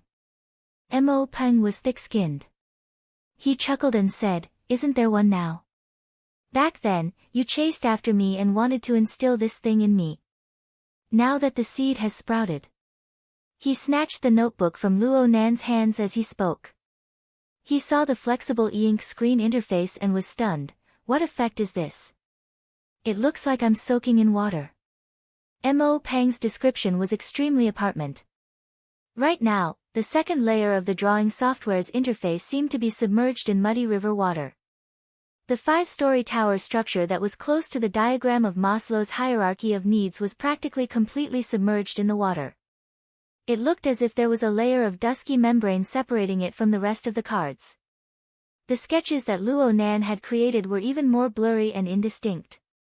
Luo Nan didn't know what was going on, but he had a faint feeling that this sort of scene was related to his own ability. He didn't want to discuss it further, so he took the notebook back and closed it. It's nothing, it's just a screensaver. The effect of this lie was very touching. However, Mo Peng was very clear about Luo Nan's awkward temperament. He knew that Luo Nan didn't want to talk about it, so he didn't ask. He still used the social format diagram as a life-saving straw. Brother, master. Imparting knowledge and dispelling doubts refers to you. Tell me, what do those codenames mean? Grass is growing in my heart. Luo Nan glanced at his uncle. Luo Nan was currently adjusting the car's AI function. It seemed that he no longer participated in the conversation between youngsters. On the other hand, his aunt, who was sitting in the back seat, was looking at them quietly with a dazed expression. The atmosphere in the carriage was a little subtle. Luo Nan thought for a bit and spoke in a soft voice. The original intent of establishing this model was to explain the effects of an individual on the social format and the structure of relationships. Social format? Mo Peng was stunned. Fortunately, he was the grandson of the Luo family. Even if he was not interested in formatting theory, he still had some basic concepts. It refers to the structure of society, right? The collective composition and way of existence of human beings that affects individuals and changes nature. Luo Nan gave Mo Peng a thumbs up when he heard this. Though it wasn't that precise, it saved Luo Nan a lot of talking. Every country, tribe, region, and human collective must have their own specific social structure. Through this format, a steady stream of new social individuals would be produced. At the same time, nature would be transformed and new resources would be obtained to provide for the existence and operation of the society. Every social individual will be branded with the social format, and to a certain extent, will produce a counterforce to the social format. Students refer to learners. They can only accept the one-way indoctrination of the social format. They are not considered complete social individuals and are unable to be of any use. Employees refer to workers. They are the basic social individuals. They possess a certain ability to survive independently and maintain the basic operation of the social format. Technicians refer to promoters. Their advantage over employees lies in the fact that they can already optimize the social format and increase the efficiency of the operation of the format. Clergymen refer to the enlightened. They have a relatively complete understanding of the social format and begin to consciously utilize the power of the social format. Politicians refer to the innovators. They are the higher-level enlightened. While utilizing the social format, they also carry out a conscious transformation of the format in an attempt to maximize the benefits. Mo Peng was worthy of being an excellent student with all 7 grades. He immediately spoke when he heard this. It sounds like a certain variant of the theory of hierarchy. Then the question is, what is the basis for dividing these classes and strata? Is there a unified standard? Luo Nan was silent when he heard this. He felt the gaze of his uncle from the side at this time. He raised his head and their gazes met. He revealed a bitter smile. The standard is me. I am the standard. Luo Yuandao picked up a rectangular block of wood in the independent ward of Anhai Sanatorium Center. He gently placed it on the wall that was half the height of a person in front of him. His fingers were trembling. The various diseases of his nervous system had pretty much destroyed his body. His originally tall stature had already collapsed. His entire body was just skin and bones. He was completely emaciated and deformed. He appeared to be incomparably weak. Luo Yuandao wasn't even 80 years old this year. In this day and age, he could be considered to have just entered old age. Some people hadn't even retired yet. However, he was already infinitely close to the end of his life. Even though he was still stubbornly standing, he was still constructing his work. Even though his fingers and arms were trembling, when the building blocks fell to their positions, they were all upright and seamless. He was able to obtain this result because he had been controlling it back and forth for nearly half an hour. He was determined not to let go until he obtained the final, perfect result. A smile appeared on his withered and dry face. It was clear that Luo Yuandao was extremely satisfied with the structure in front of him. In fact, it wasn't just in front of him. All around him were short walls made from building blocks. Luo Nan and Mo Peng could only talk to him through the short walls. The high-level nurse next to Luo Yuandao was a very patient middle-aged woman surnamed Hong. She saw that the building blocks had been placed, so she asked him softly from the other side, "Old man, this piece is done. Let's take a break." Luo Yuandao ignored her. He was in a good mood, so he wasn't stingy in answering his grandson's questions. He grinned like a gigantic laughing skeleton. "I created the theory. Of course it uses me as the standard. It must serve me. Haven't you heard, all things are for me? My heart is the universe. I am the common lord of all things. I am the center of the universe." Mo Peng turned his head away a bit awkwardly. It was really hard for a normal person to endure this stubborn and crazy old man's logic. Right now it was very difficult for him to endure it. His parents, who were always by his side in the past, seemed to have gone to consult about the old man's condition. They weren't here, so he didn't even dare to speak. He felt more and more uncomfortable.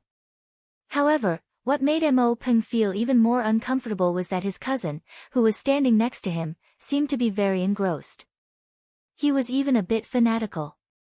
"Oh my God!" Luo Yuandao picked up another building block and raised it in front of his eyes. He continued his lecture. "I possess the principles of heaven and earth.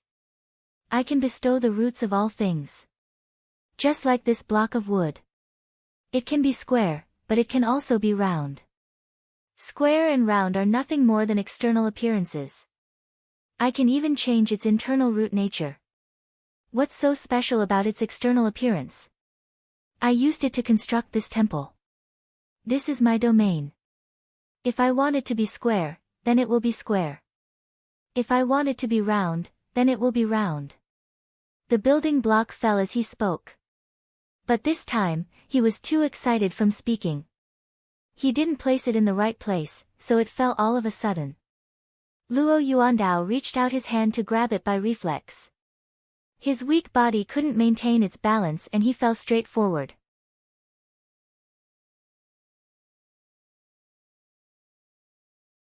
Chapter 88. Nurse Hong rushed over and helped Luo Nan straighten up the old man. She said over and over, "It's okay. It's okay. There's cushioning equipment to prevent falling." It was unknown whether these words were meant to comfort others or to comfort herself. Luo Nan carefully supported his grandfather's shoulder, not daring to touch his arm. He felt that the old man's arm was as thin as a hemp stick. He could break it with just a bit of force. But Luo Nan felt his chest sink a bit at this time. Luo Yuandao's hemp stick-like arm was pressing against his chest, pushing him away. Luo Nan remembered that his grandfather didn't like other people to have physical contact with him. He didn't dare to resist. He saw that Nurse Hong was already in place, so he took advantage of the situation and retreated, pulling apart the distance. Luo Yuandao laughed at this time. His vocal cords rubbed out a hoarse laugh, revealing a strange feeling of joy. "You may have destroyed my shrine, but you can't stay in my country for long." On the other side, Mo Peng, who was a bit slow in reacting, didn't make it in time to rescue the old man. He finally couldn't help but touch his forehead with his palm to alleviate the awkwardness. Luo Nan didn't care about his grandfather's strange train of thought.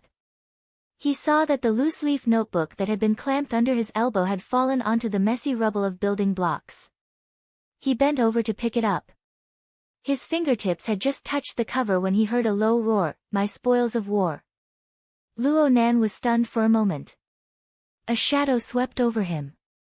If he hadn't instinctively leaned back and Mo Peng pulled him, he would have been swept by Luo Yuandao's toes. Nurse Hong controlled the old man's balance in a flurry. Her mouth was constantly comforting him. "Old man, the spoils of war are still here. They're still here." She hurriedly gave Luo Nan and Mo Peng a meaningful glance. The two could only retreat and pull apart the distance when they saw this. "Bring it over. Give it to me." Luo Yuandao clearly looked a lot crazier than before, but his spirit was strangely vigorous. He was giving orders to people. Nurse Hong was adjusting the balance device. She couldn't free her hands for a time, so she indicated for Luo Nan to come forward. "It's fine. Old man, 1 yard at a time." In other words, he had already reached the stage of lacking logic. Luo Nan took a deep breath and suppressed the sourness in his heart. He walked forward to pick up the notebook. Luo Yuandao reached out to take it. The weight of the thick notebook was a bit too heavy for him. He trembled when he received it with one hand. Special Nurse Hong wanted to help but was rudely rejected. Although his arms were trembling and it looked like he would fall at any moment, he still flipped open the book and scanned through its contents. He knew that Luo Yuandao's current mental state was at a completely incomprehensible level. But at this time, Luo Nan's heart had the apprehension of handing in homework. He stared at the old man, wanting to see what the result would be. Bullshit. Bullshit. Luo Yuandao had a face of disdain when faced with the messy lines that Luo Nan had hastily drawn. In a sense, this was the most normal reaction. Luo Nan couldn't say what he was feeling in his heart. But in the next second, Luo Yuandao's movements froze. His gaze stopped on the paper, and his eyes seemed to focus. At this moment, he flipped to the page where the prison sketch had been messed up. For a full 5 seconds, Luo Yuandao did not move at all. Luo Nan's heart suddenly skipped a beat. He stared at his grandfather's face, which had already lost its form. Traces of weak flames of hope suddenly ignited within him. He leaned forward a bit, trying to see his grandfather's reaction a bit more clearly. Luo Yuandao cast a sidelong glance when he felt Luo Nan's movements. He suddenly said, "You've grown up." Luo Nan's heart thumped. He couldn't help but think, can he see it? He can understand. Luo Nan couldn't help but move forward again, but a withered arm pressed against his chest once more. Then, Luo Nan saw a pair of crazed and ice-cold eyes. "You've come to kill me, grandfather." Luo Nan's heart suddenly clenched, but he was pushed away by Luo Yuandao with great force. Luo Nan staggered and nearly fell down on the messy building blocks under his feet. Luo Yuandao was even more furious when he saw Luo Nan trampling on the building blocks. "My shrine.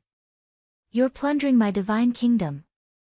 My students, my employees, my technicians, my priests, my politicians. Mine. They're all mine. Luo Nan had just been supported by Mo Peng. He was stupefied on the spot when he heard this. But then he saw Luo Yuandao, who couldn't even stand stably, begin to move crazily. Luo Yuandao raised his leg and dropped it, completely kicking down the remaining 3 relatively intact building blocks. Nurse Hong saw that the situation was far from good. She had already injected a tranquilizer, but she couldn't control it for a while. Grandfather! Grandfather! Luo Nan and Mo Peng were both frightened and terrified. They didn't know how to react at all. Nurse Hong had already called for a doctor, but it was impossible for a doctor to appear instantly. Luo Yuandao kicked over all of his creations. Then he raised his head to the sky and howled with laughter, "Fire! Fire! Let the flames burn! Burn through the darkness of this cloak! A new god will step on the bones of an old god to ascend the throne. Come! Come! Let's see who's the master of the universe." Luo Nan's malevolent and terrifying figure was like a giant hammer. It rumbled and smashed against Luo Nan and Mo Peng's hearts. In the end, the two of them were only 15 or 16-year-old youths. They wanted to help, but they were afraid of causing trouble when faced with this sort of scene. They were at a loss for a time. Finally, the doctor rushed over. Behind him were actually Mo Haihang and Luo Shuqing. And at this time, the two of them didn't know what to say. They just moved out of the ward like puppets, standing stupidly and waiting. At this time, it could be said that every second felt like a year. Actually, it didn't take long. 10 minutes at most. Luo Shuqing walked out of the ward. She faced the two people who were still in a stupefied state and laughed. "It's nothing. Old people are often like this. They just talk a bit more." Luo Shuqing's relaxed attitude made Luo Nan and Mo Peng feel much better. They wanted to ask about the situation in detail, but they didn't know where to start. Luo Shuqing looked at her watch. "It's getting late. It's also time for your grandfather to rest. Let's go eat first. The food here is pretty good." "Oh right. Your grandfather should be taking a walk outside at 4 o'clock in the afternoon. Do you guys want to accompany him?" "Okay." Luo Nan immediately agreed, but then he was a bit worried. "If I'm here, will he? Who do you think you are?" Luo Shuqing laughed again. Then she let out a breath and looked at Mo Peng. Actually, Mo Peng wasn't quite willing to throw his precious weekend time in the mental hospital, but Luo Nan had made it clear. He could only shut his mouth. At most, he would play a few more rounds of 10 days in the wilderness. Yeah. If he could pull Luo Nan over to fight, he could crush him a few dozen times in a row. That would be even better. Luo Shuqing laughed. "Then it's decided." "Oh right. When I was consulting with the doctor just now, he recommended a deep sleep nutrition pod. It can ease the mood and reduce stress. Let's go try it out as a family. We can also finish our afternoon break on the way." Huh.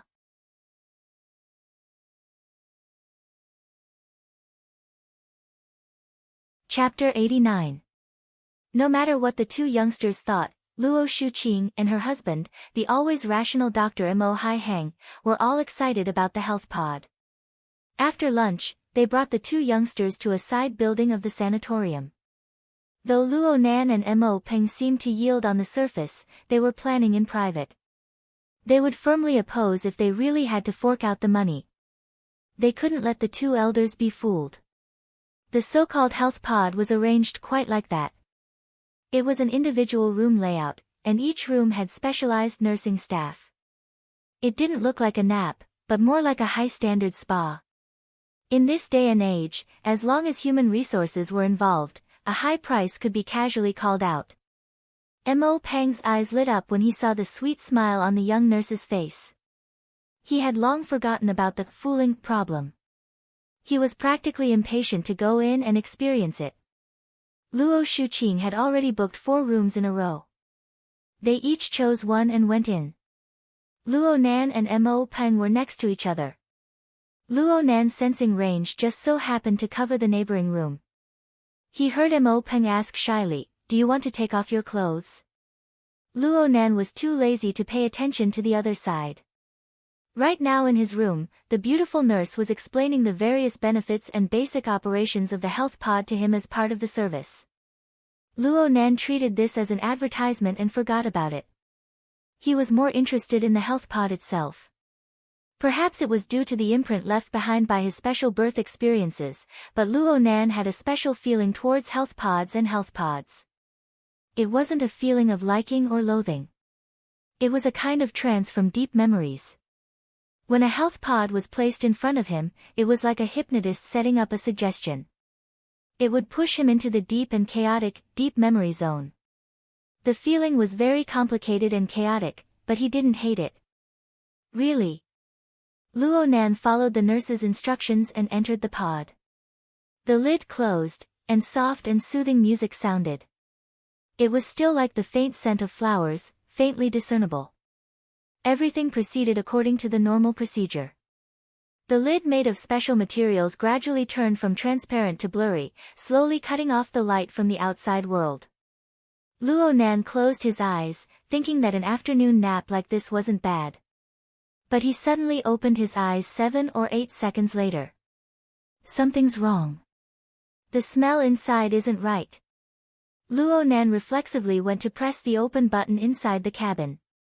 A muffled sound was heard at this time. Someone was lightly tapping the health pod's panel. The hatch cover turned from fuzzy to transparent once more. But Luo Nan reacted quickly, and the hatch cover flipped up. The person outside let out a cry, nearly having his arm pinched. Luo Nan suddenly sat up.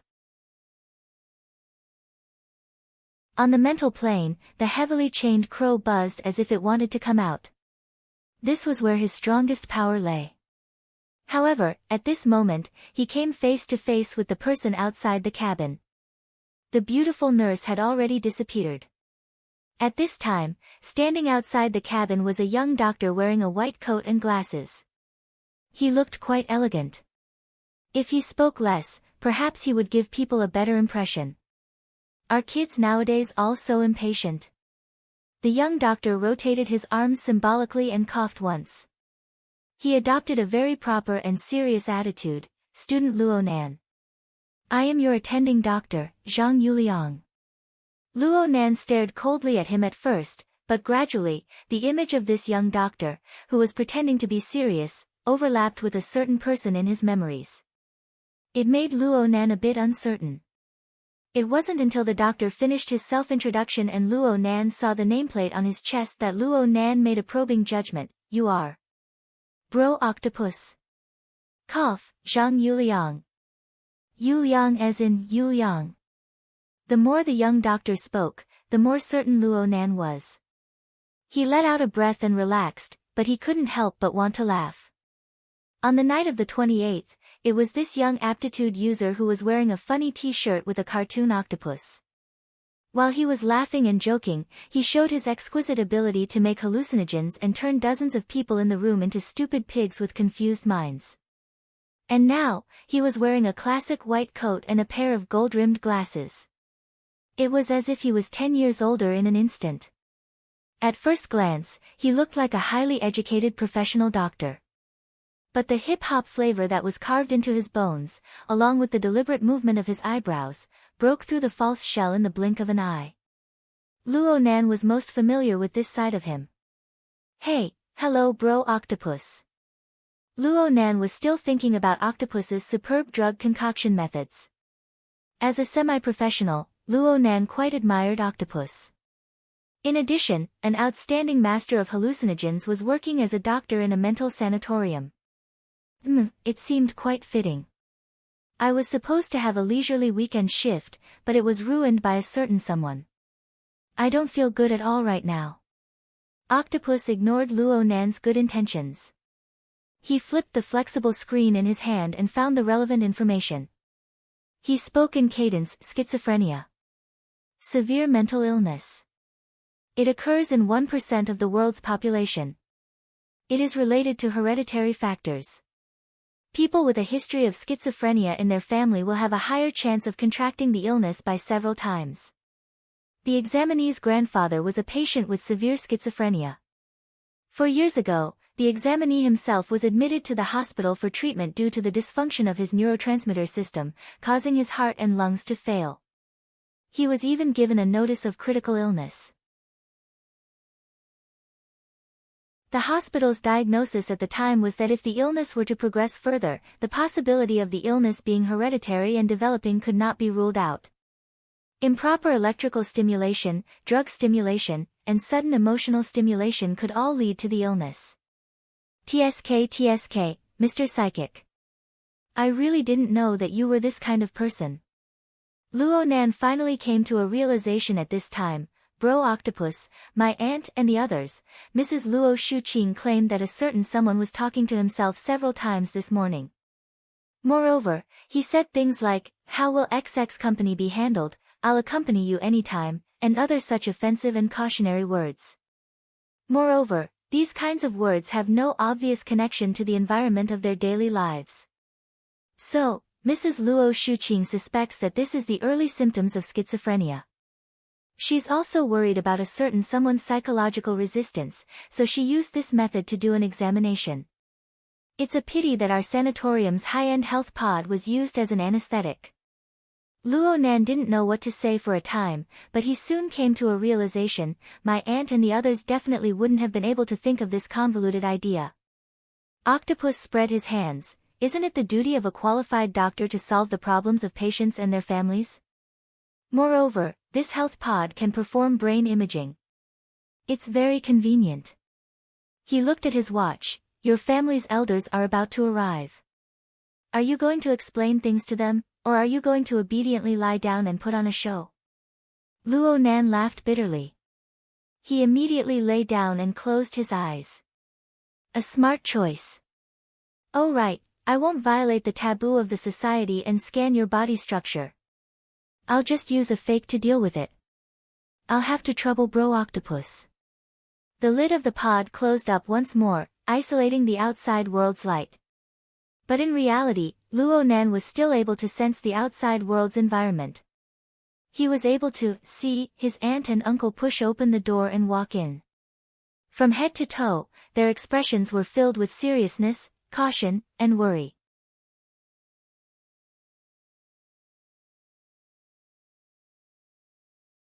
Chapter 90. Luo Nan maintained his absent-minded state all the way until Octopus opened the health pod. It's not easy to fool them. They are half-experts in this field. Octopus took off his decorative glasses and fanned himself with the flexible screen to express his feelings of hardship. It's over for the time being. They only said that the symptoms were not obvious at the moment and did not dare to deny it completely. Otherwise, they would definitely take him to another hospital. Alright, I admit that it's not safe even now. Be prepared. That's right. Luo Nan was a bit at a loss. How could he prepare for this? In the days to come, he would be treated as a schizophrenic by his aunt and uncle. Octopus saw Luo Nan's depressed mood and chuckled, don't get tangled up. In a certain sense, they weren't wrong. You know, from a certain perspective, every ability user has schizophrenia. Luo Nan raised his head in shock. That's not what I said, it's President Ouyang's wise opinion.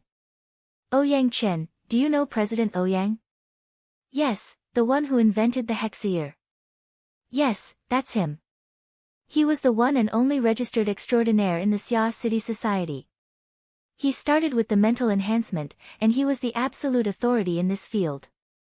You're also a spiritually enhanced type. You can learn from him later. Octopus clearly admired President Ouyang very much. He gave Luo Nan an introduction before saying, President Ouyang once said that as an ability user, we often need a set of logic in the normal world and another set of logic in the inner world. Moreover, every awakened should also have their own set of logic. The logic of the normal world helps you avoid making a joke out of your basic daily life. It allows you to act according to the rules of law and morals. It also teaches you simple principles of socializing and working, allowing you to become a normal human being. Luo Nan went, oh. He discovered that this definition was very similar to the social format. Of course, any sociological theory would have similar concepts. As for the inner world logic, it's the logic of a small circle of ability users. Things like revering strength, focusing on one's own strength, and using one's abilities to differentiate between superior and inferior classes. Originally, it was very simple. He just had to fool around in his own circle, like the MMA association. But the problem is that the inner world has a strong influence on the normal world. This causes the logic of the inner world to distort the logic of the real world. Well, isn't it like schizophrenia? Or should I say, the epitome of all mental illness? Luo Nan nodded, it's a bit similar. Of course they look alike. If there is a difference, it is that psychopaths cannot use their logic to affect reality. Their logic is illusory, fragile, and absurd. But we can, and our logic has become the rule that a considerable number of people must recognize. Octopus made a horizontal gesture. If we were to apply this principle to self-logic, remember, President Ouyang suggested that every awakened should have a set of self-logic. Luo Nan inexplicably sucked in a breath. He felt a certain feeling of déjà vu. It was like a gradually rising tide, flooding his chest, his nose, and his head. Octopus continued, the so-called self-logic is a set of self-consistent theories that ability users use to explain their own abilities, as long as you can form a complete logical chain from beginning to end, and can actually verify it, then no matter how ridiculous it is, it's possible. Just like those madmen in the secret orders. Their actions are absurd, but it doesn't affect their strength. It's because they have an internal logic, and use this logic to successfully distort the external world. We can also give an example, your grandfather, Mr. Luo Yuandao, is that okay? Luo Nan was silent. Octopus continued to speak like this, I've seen your grandfather's symptoms. Disregarding the pathological changes in his nervous system, he is the typical manifestation of self-logic, being unable to defeat external logic. If he really does possess an extremely powerful strength that can affect the entire universe, then he is correct. It is appropriate to say that he is the center of the universe, the truth of the world. But in reality, it is impossible to possess this level of strength. Therefore, us ability users cannot fall into delusions. We must abide by reality. We must ponder and revise our internal logic according to our true level of strength. This is so that our logic can be perfectly realized in the external world. Octopus was a bit tired from speaking so much in a single breath. He spread his hands and concluded, from this point of view, every ability user is a psychopath who attempts to use self-logic to distort objective reality. In addition to the dual influence of the logic of the normal world and the logic of the inner world, it is hard for us to avoid being tired. Therefore, some people want to push down the wall, allowing normal people to adapt to the existence of ability users, allowing ability users to dominate this world. There are also people who completely ignore it, don't care, and don't come into contact with it. Even more extreme are those who don't recognize the logic of the normal world. They don't treat non-ability users as people. There are also those who kill. Oh, it's quite unfortunate that you entered this enormous mental hospital at such a young age. You can only suffer a bit more. If you must make a suggestion, it would be better for you to rely on the logic of the inner world. This can be considered a type of compromise. After all, you aren't an awakened yet. You have developed self-logic early on. Perhaps you really will become crazy. And if you follow the logic of the normal world, you will be far too clumsy. Therefore, participate in a few more society activities. Get to know a few more friends. Form your own circle. You will slowly adapt. This can be considered a piece of advice from Senior. Luo Nan's brain was stuffed with a lump of logic. His brain was more or less muddled. But he could see that Brother Octopus was a warm-hearted person. These words were admittedly a bit mysterious, but they were very helpful to him. Brother Octopus really did want to enlighten him, so Luo Nan immediately expressed his thanks. Octopus chuckled and waved his hand. No need to be polite. It's quite hard to get a chance to curry favor with a psychic. Just don't let me charge too far to the front when we move in the future. I'm just a pharmacist. I'm not cut out to charge and break through enemy lines. Of course, this was just a joke. But Luo Nan suddenly thought of a matter that had been hanging in his mind since a long time ago when he heard Octopus mention a pharmacist. He muttered to himself for a moment and then said, Brother Octopus has done a lot of research in compounding psychotropic drugs? Then do you accept orders? Of course I accept. It's fine as long as you explain the use clearly. Octopus responded smoothly, but then he was startled. He changed his expression and sized up Luo Nan up from head to toe. He even rubbed his chin and muttered to himself for a while before speaking once more. Especially for a minor like you. You need to explain even more clearly. Don't tell me you have some sort of bad habit. Luo Nan didn't respond directly. He focused slightly and transmitted a molecular formula to Octopus through the hex ear. I want to compound this drug. Can I?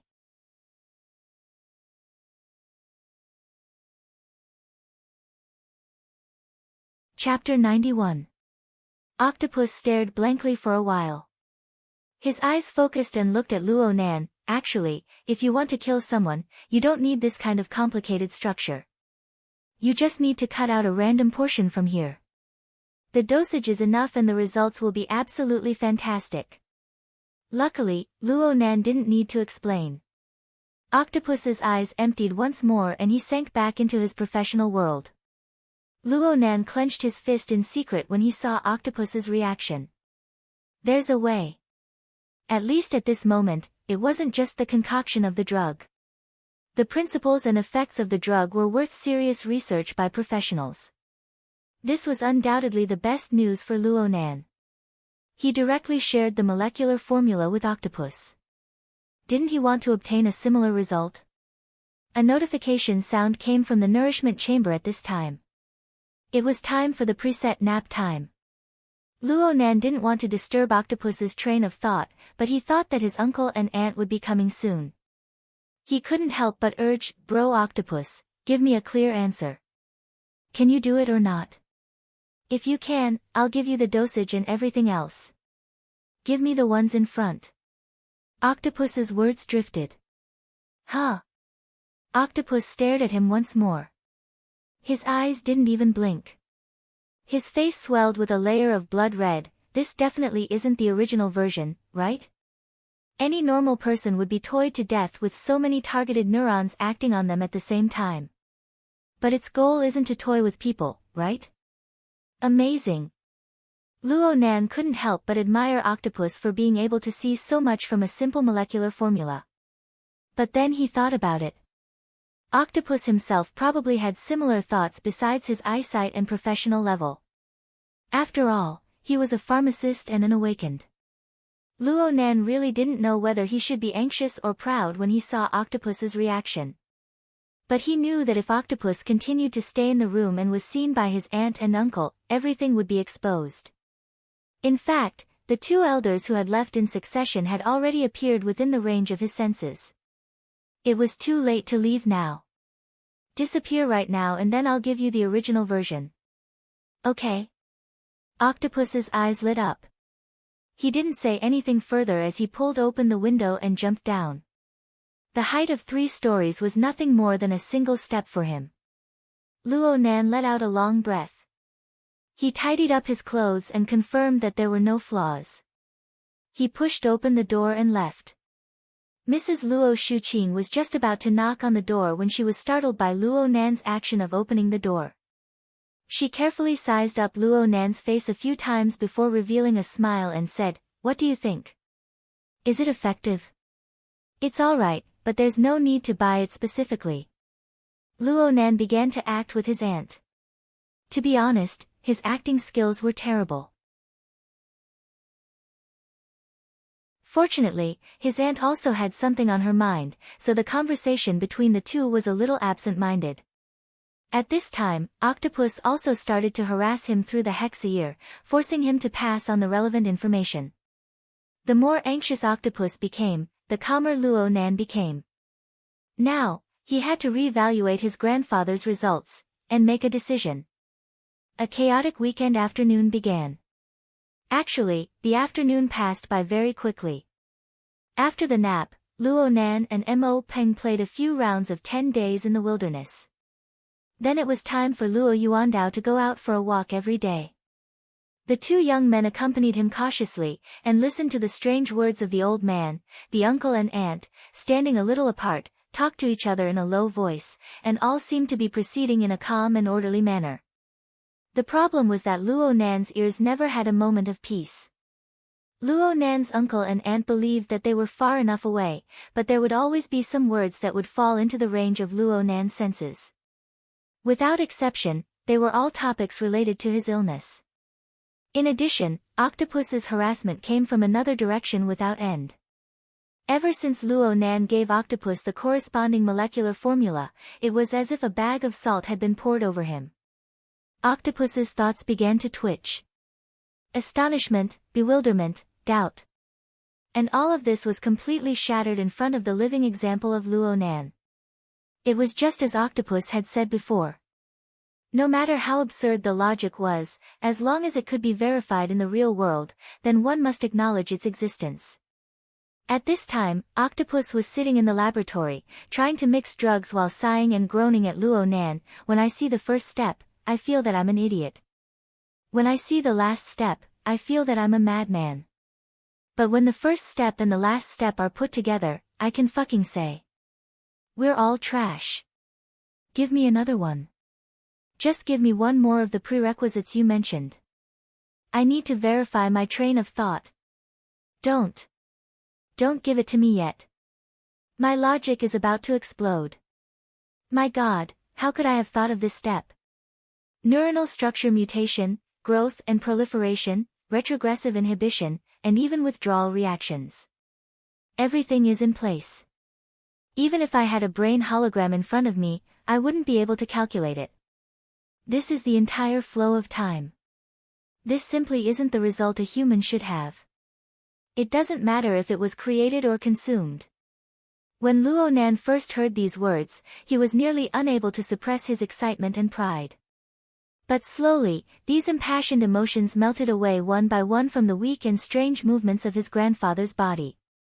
What meaning did these praises have from his grandfather's perspective? Would this old man, who lived his life sealed within his logic, be able to feel a moment of joy even if he were to add all the honor and prestige he should have? Even looking at it from the most realistic of perspectives, the sanatorium had opened up all-day visitation to an old man whose condition was deteriorating. This was not good news at all. This was no different from giving up on treatment. Luo Nan gazed at the side of the old man's withered face. Every word and action of the old man this day flowed and permeated the bottom of Luo Nan's heart. An idea grew clearer and clearer from within. The sky gradually turned dark, and the all-day visitation came to an end. The family prepared to return to the city. Luo Nan asked Octopus about the drug through the hex ear at this time. Octopus took charge of everything. The society has a specialized express delivery channel. It is absolutely safe and convenient. Starting tomorrow, I can supply a fixed quantity. Then I'll have to thank Brother Octopus. This is nothing. Compared to the value of the 2 molecular formulas, this amount is a drop in the ocean. Octopus was still in a state of eagerness. Oh right. I want to write a paper based on the molecular formulas during this time. I want to publish it in an internal journal of the society. Can you represent your grandfather and give me the relevant authorization? Luo Nan's heart palpitated with excitement as soon as these words came out. He knew very well that he didn't have the ability to further research and explain his grandfather's theory at this stage. Then, someone who could replace him in all this and give his grandfather the reputation he deserved was one of the best choices. Octopus's level in drug compounding was outstanding. He didn't have any sinister thoughts. It was very pleasant to talk to. He was an extremely good candidate.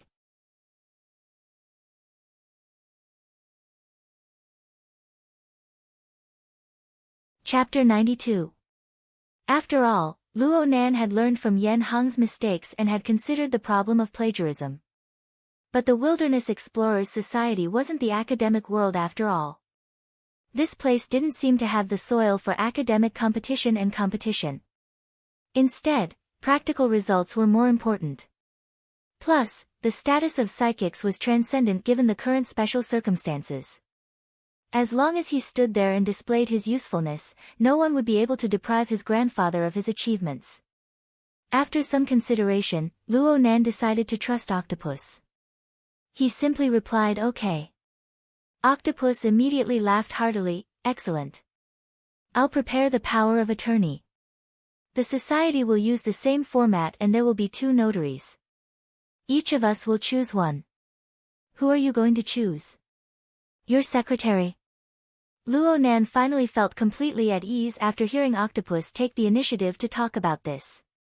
He thought of He Yuan's temperament and status. She was indeed the most suitable to be a notary and so he expressed his agreement. The family had already gotten in the car and drove out of the sanatorium. Luo Nan was still sitting in the front seat. He turned his head to look at the building that was gradually turning blood red under the setting sun. He was speechless for a time. A moment later, he transmitted to Octopus, "My grandfather is here. I'll leave him in your care." Octopus naturally patted his chest in guarantee, "Relax. I never knew there was such a great God by my side. Now I know. From now on, he is my grandfather. I will definitely take good care of him in the morning and evening." My grandfather's current state. Cough. You don't need to pay too much attention to him. Luo Nan was really worried that Octopus would get hot-headed and grab his grandfather like a treasure to interrogate him. I understand. It's not good to disturb the old man in his current state. Then can you hurry up and let me see the old man's notes? Octopus was in a highly excited state right now. His thoughts jumped extremely fast. Oh right. I just heard you say that a portion of the old man's notes were lost. That's easy. We can jointly issue a mission later. As long as we set the reward high, like 1 honor point for 1 notebook, do you believe that even President Ouyang will be mobilized? Don't worry about not having enough points. I can share the burden. As long as it's related to medicine, give me a complete copy and I'll pay in full. Okay. Luo Nan also smiled as Octopus enthusiastically described the situation. But soon, he changed the topic to something else. Oh right. Bro Octopus, let me ask you again. For ability users, as long as their self-logic is complete and can be verified, it doesn't matter how crazy they are. Is that right? Of course. Look at the gods, saints, and primogenitors of those secret sections. Their abilities to manifest their divinity are too against the rules. They can't even be stopped. Octopus Bro concluded, but immediately after, he felt that something was wrong, and quickly added, yes, more important than logic is verification. If you can't interfere with the real world, then you're mentally ill. If you think you can interfere with the real world, then you're severely mentally ill. F***CK, I think what I've told you this afternoon is the content of the intermediate seminar. It's beyond the syllabus. Don't let your imagination run wild. Octopus lived up to his reputation of working in a mental sanatorium. He was extremely sensitive to relevant issues. He was really worried that Luo Nan would let his imagination run wild and act without any scruples. At Luo Nan's age and with his occupation as a psychic, the possible problems that could arise were far too serious. Luo Nan laughed when he saw that Octopus had the intention to continue exhorting him, relax bro Octopus. I know that the most important task for me right now is to temper my body and realize a balance between my mind and body. Then I'll use the dual channels of my mind and body to slowly experience this world and gradually form an answer. I don't need to be in a hurry to explain this world, right? Okay. Octopus didn't know that most of Luo Nan's words were pointers from He Yuan. He immediately let out a sigh of relief and praised loudly, excellent. Kid, you have the perception. You should do this step by step in a down-to-earth manner. Right now, your body really is lacking in polishing. But it doesn't matter. You're still in puberty. Wait until the matter with the human-faced arachnid is over. I'll find you a set of training methods in the direction of mental strengthening. You'll definitely be able to achieve a balance before your body stops developing in a few years. When that time comes, you should be able to rely on the foundation laid down by the old man to become an awakened. Oh right. I'll send you my notes from the junior seminar in a bit. You can refer to them first. There are a lot of very basic things in there. But these things will still be useful even if you become an extraordinary. Luo Nan took a deep breath. Thanks a lot, bro octopus. Luo Nan chatted with Octopus about a few basic topics before cutting off the connection. He looked at the sky outside right now. It had already irreversibly fallen into an even deeper darkness. The street lights on both sides of the high-speed magnetic track were like two dragons of light without heads or tails. They extended and danced in the darkness. They seemed to merge together at the corner, but they separated in the blink of an eye. They were incomparably harmonious and synchronized, but they were never able to stick together. Luo Nan leaned against the back of the chair and stared blankly at the reflections of the two dragons of light. One is Grandpa. The other is me, what? Mrs. Luo Shuqing, who was sitting in the back seat, was extremely sensitive to Luo Nan's soliloquy. In fact, Luo Nan hadn't spoken a single word ever since he got on the car. He maintained a long period of silence. This made her raise her vigilance. Luo Nan turned his head and saw that his aunt was clearly very nervous, but she was doing her best to maintain a calm posture. He thought for a bit and spoke in a low voice, "Aunt. Give me a precise answer." "Grandpa. How much longer?" Luo Shuqing's face was instantly filled with astonishment. Then she used an even more obvious frown to conceal it. Her voice was deliberately suppressed to be deep. "What are you letting your imagination run wild?" Luo Nan took a deep breath. 2 years. I told you not to let your imagination run wild. 1 year. Luo Nan. Luo Shuqing suddenly raised her voice, causing Mo Peng's body to go rigid to the side. His uncle never turned his head. It was as if he hadn't heard a thing. He was acting as a driver for show. Luo Nan let out a long breath, stabilizing the surging emotions in his heart. He also did his best to steady his voice. "Grandpa has feelings for my painting, what are you talking about?" Luo Shuqing felt that Luo Nan's train of thought was very strange. Luo Nan lowered his head and opened the notebook. He flipped to the page of the prison building and showed it to his aunt. "Grandpa had feelings for this painting this morning. Isn't that right, Brother Peng?" Mo Peng's entire body felt uncomfortable when he heard Luo Nan take the initiative to call him brother. This was a fucking threat, but he still nodded. Of course, he had to keep his words like, "It was this painting that made the old man go crazy," to his stomach. Luo Shuqing took the notebook and looked at the chaotic lines that had other meanings. Her eyebrows furrowed even tighter. She closed the notebook. She didn't want to look too much, so as to avoid being disturbed in her train of thought. "Just say it. What do you mean in the end?" "I want to draw a painting. I want Grandpa to see it. I want to draw a painting that will make him truly happy. Make him happy. This isn't easy. I need time, but I just don't know how much time I have." Luo Nan turned his chair to sit face to face with Luo Shuqing. Their gazes met. "I need to draw up a schedule for my plan. So I hope Aunt can give me accurate information to use as a reference. With the identity of Luo Yuandao's eldest son and grandson, is that okay?"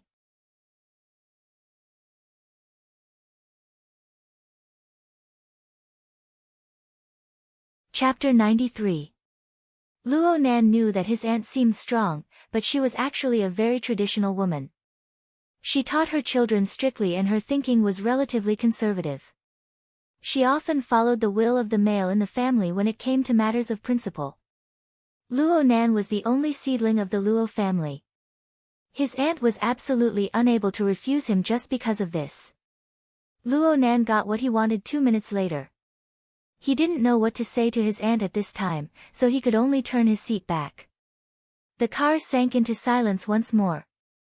Luo Nan used the flexible e-ink screen to flip through his grandfather's diagnosis. The diagnosis did not have a clear time limit, but the truth was hidden between the lines. Luo Yuandao had multiple organ failure due to the many complications caused by the pathological changes to his nervous system. He was already in an extremely dangerous stage. In fact, he was completely relying on medicine and equipment to support himself. From the doctor's perspective, it was already a miracle that this old man could walk, talk, and lose his temper. But the strong stimulation of medicine would eventually be unable to resist the exhaustion of the essence of life. No one knew when this balance would tilt. Perhaps the old man's tolerance to a certain medicine would increase by a bit, and this balance would be broken. Then everything would be irreparable. If everything was simplified, it could be summed up in 2 words, at any time. Unexpectedly, Luo Nan wasn't that surprised. It was as if this was how things should be. The Hexier sent another message. It was still Octopus. Octopus sent over his study notes from back in the day. The notes were all the key information he recorded when he participated in the Society's elementary research classes. There was a set of fundamental theories that tempered the mind and the fleshly body. They were very classical and practical. Octopus sent them over naturally meant to point Luo Nan in the right direction. Luo Nan skimmed 10 lines at a glance. He roughly flipped through the notes and stored them in the Hexier's personal folder. He wasn't going to look at them in detail. His body leaned back against the back of the chair. His gaze once again looked at the parallel light dragons outside the window. Although the light dragons had the same trajectory, they would never converge. This was inevitable according to the rational rules of the normal world. It was just like how his grandfather, a schizophrenic, couldn't truly understand him when he drew a picture with the thinking of a normal person. Luo Nan spent a lot of time trying to use normal people's logic to interpret his grandfather's theories over the past 5 years. He explained it to normal people and even convinced them. But now he understood, his grandfather's logic completely broke away from the dimensions of normal people. What did the honor and justice of the world have to do with him? What his grandfather needed, or at least what Luo Nan believed he needed, was a clear, straightforward, and correct communication. That was the beginning of everything. The first was logic. Luo Yuandao's logic was classical. His formatting theory was a form similar to primitive philosophy. He advocated the nesting of self-format, social format, and heaven and earth format. This kind of nesting was not from the outside to the inside, from the material to the spirit, it was from the inside to the outside, from the self to the entire universe. Apart from the founder, few people would like this theory. Because it pushed all existences other than me into the whirlpool created by me and turned them into my slaves. Even Luo Nan, who listened and obeyed his grandfather's every word regarding the self-format, interpreted the societal format as a 5-level structure of student, employee, technician, clergyman, and politician. Intentionally or unintentionally, Luo Nan understood these 5 levels of structure as relatively objective existences. The social format was viewed as a set of undiscovered formulas, an undefined model, and the collective creation of a certain human society. This was essentially no different from most of the sociological theories on the market. In fact, it was even worse. It was just as Mo Peng, who excelled in all 7 subjects, had said, where was the standard? Luo Nan heard a clear and insane answer to this question from his grandfather's roar, mine. All of it is mine. My student, my employee, my technician, my clergyman, my politician. Selfish and arrogant to the point of making one nauseous. Extreme to the point of making one tremble. But Luo Nan was able to find a complete and clear thread of logic from within when he eliminated these unnecessary emotions. Luo Nan flipped through the notebook, flipping to the page on the prison building. He flipped to the page on which the wraith sign was derived. These were the two psychic diagrams he had left on the paper. Then he flipped back. He opened the flexible e-ink screen and entered the interface of the drawing software. There should be one more here. He had drawn the third psychic diagram on the night of the 28th, which was like a muddy river. However, there was no one inside. Instead, he long pressed to open the second interface of the software. It really was like a muddy river had flowed through here. Then could he understand it this way? The psychic diagram had already been added in this way. The psychic diagram was personally drawn by Luo Nan. Naturally, he knew what it symbolized. The muddy river water was the muddy flow of emotions held by the human-faced arachnid. It was formed from the convergence of the corresponding emotions of countless humans. Practically no one was able to escape from this dusky muddy water. And within this muddy flow, the human-faced arachnid carried out its hunt. Luo Nan stared at the 5-story tower structure. The sketches of human figures were densely packed inside. Admittedly, they were arranged neatly like playing cards, but they were inexplicably an eyesore. He subconsciously trembled for a bit, as if he was going through a sieve. In an instant, the muddy flow of the interface became even more chaotic. It was as if an invisible giant hand was stirring. More importantly, the several hundred playing cards didn't follow the previous interface function of shuffling. Instead, they were scattered in all directions. The thousands of human figures on them were like drowning passengers on a capsized ship. They poured out from the 5-story tower structure, struggling, drifting, and twisting within the muddy flow. Luo Nan calmly looked at all of this and came to a conclusion: everyone is struggling within the muddy flow of emotions. Simple depictions and replications are of no significance to the society's format. I believe that classifying and placing them is useless. What is truly meaningful? His gaze cast onto the 5-story tower structure of the interface's main body. It was already completely empty inside. No, there were exceptions. There were 2 people on the lowest student level. Luo Nan had quite a deep memory of one of them. It was a gift that he had drawn not even 2 days ago. A certain man was waving his arm with one hand and his other hand was wrapped around someone's shoulder. He seemed deranged, yet he seemed unafraid. It was Xie Junping in an explosive state. The other one was a fish. It looked very lively as it spiraled and swam in the muddy water. In fact, it never crossed the boundaries of the student level. Luo Nan stared at the outline of this fish that seemed to have been casually drawn. He used his finger to gesture a few more times and confirmed its origin. Within the third psychic diagram, it was one of the many ability users who used the fish-style depiction. Its corresponding target was cat eyes. That was not all. Looking up from the student level and across the empty staff level, there was a strange symbol floating in the technician level.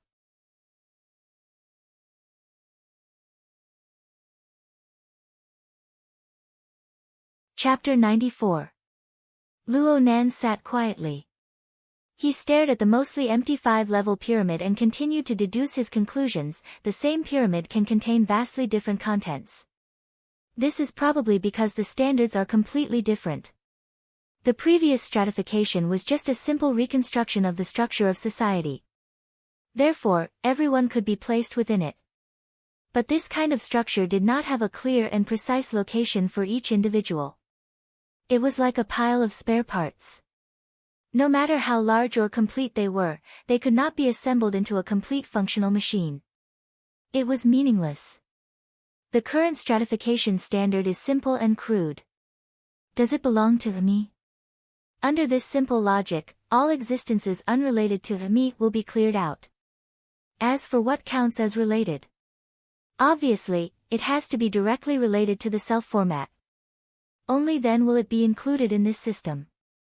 The software interface continued to undergo changes as his logical thinking advanced layer by layer. The heavily chained crow was like a giant python shuttling back and forth within the 5-level pyramid structure. But no matter how it moved, it always maintained a connection with Xia Junping, cat eyes, and the wraith sign. The heavily chained crow was the symbol of, my heart's a prison. It was the materialization of the self-format. Luo Nan had once used the heavily chained crow to destroy the human-faced arachnid's clone for Xia Junping. Cat eyes had once collided with Luo Nan's psychic diagram and was countered by the heavily chained crow. As for the wraith sign, it had always been under the control of the heavily chained crow. These scenes flashed through Luo Nan's mind one by one. They became footnotes for his inferences. Of course, there were differences between the three. This difference was reflected in the division of levels. Xia Junping and Cat Eyes were on the student level. According to formatting theory, they did not make any contributions to the social format. They were learners, who received one-way indoctrination. Though Xia Junping had stood up for Luo Nan and Cat Eyes had released her deep memories of Luo Nan, that was a change in orientation after entering the formatting system. Luo Nan was completely unable to obtain any direct benefits from the bodies of these two people. And if major stimuli were to appear, they would likely refuse Luo Nan's indoctrination. They would walk out of the format pyramid and part ways with Luo Nan. As for the wraith sign, it was completely like Luo Nan's dog. It would bite whoever it was told to bite. Speaking of which, its loyalty was off the charts. It also possessed extremely powerful abilities. More importantly, Luo Nan was able to obtain direct benefits from its body. The benefits he obtained were even higher than the benefits he could obtain from purely relying on the training of his body. The results of devouring the human-faced arachnid's avatar had already proven this point. Therefore, the wraith sign entered the technician level. But the problem was that it didn't have any self-awareness, so it couldn't rise to the level of self-awareness. This level was already its limit. Luo Nan suddenly felt an inexplicable sense of familiarity as his thoughts reached this point. He felt as if he had seen such a clear hierarchy, gradually deepening connection, and feedback pattern somewhere before. He searched through his memories, and the relevant scenes were fixed in his grandfather's ferocious roar. Luo Nan pressed his forehead. His fingertips moved, and a certain word suddenly smashed into his brain. It was hard to get rid of it. Temple, God Nation, New God, Old God. God, God. In Grandpa's crazy talk, the word God appeared very frequently and occupied a very central position. In the past, Luo Nan would not have cared. But now that his horizons had been broadened, it was hard for his thoughts to remain pure. He closed his eyes. In reality, he connected to the psychic wave network through the hexaear and entered the interface of the professional association. Then he searched for the secret orders entry, focusing on finding information related to their organizational structure. Soon, a large amount of information poured out. It seemed that the psychic wave network of the society wasn't designed to be too powerful in terms of intelligent filtering. Luo Nan could only search and comb through the information with great difficulty. This lasted until there was a paragraph that attracted his attention. The vast majority of the founders of secret orders were unavoidably influenced by the existing culture of society. They often used ancient myths, mainstream religions, and historical legends as references when they first established the basic structure of their sections. They even used novels and games as models. They painted their sects with all sorts of fantastical colors and designed strict ranks. The specific concepts are vastly different. When examining the secret orders that have existed for over 10 years, one must admit that they have, to a large extent, a convergence that makes one raise an eyebrow has appeared. Especially in terms of organizational structure. The three great world secret orders seem to coincidentally divide their internal personnel into 4 ranks. Although the names are all different, the meanings within are very similar. I have unified them as shallow believer, devout believer, fanatic believer, and favored. As the names imply, the believers of these 4 ranks have different degrees of devotion and devotion toward the God. And the gifts and rewards they receive from the God are different as well.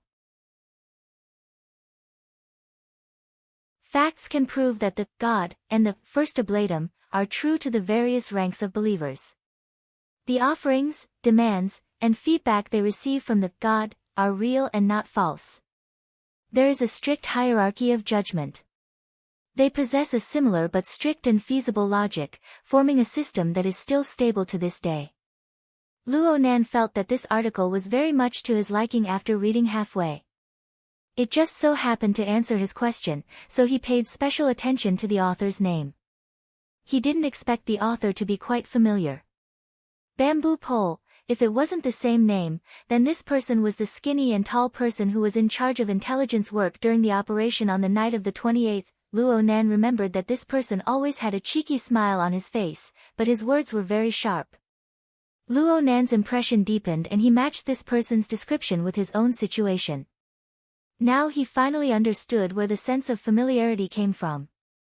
The 4 levels of the secret order's structure. Of course, it was possible that this was a definition borrowed from a certain novel or a certain game. It seemed to be completely comparable to the format pyramid. Although the format pyramid had 5 levels, the highest level, politician, had a rather special definition. It represented the subversion and denial of the entire format. It could be ignored for the time being. The next 4 levels were quite reliable. If he looked at it this way, then his grandfather's formatting theory, or at least the level of the social format, was also a kind of ability explanation system. And it leaned towards the standpoint of the secret order. Then what was the current him? Was he some malnourished god? Luo Nan rubbed his forehead even harder. Tired? We're almost home. His uncle suddenly spoke. Luo Nan went, He jumped out of his thinking mode. It seemed that his attitude just now had made his uncle and aunt even more worried. He thought for a bit and pursed his lips in a feigned relaxed manner. I'm not tired. I'm just a bit hungry. His uncle grunted and turned to speak to his aunt. It's late to go home and cook. Should we let old Mo make a nutritious meal, or should we deal with it outside? Mo Peng cried out in fright. Heavens! Don't trouble him.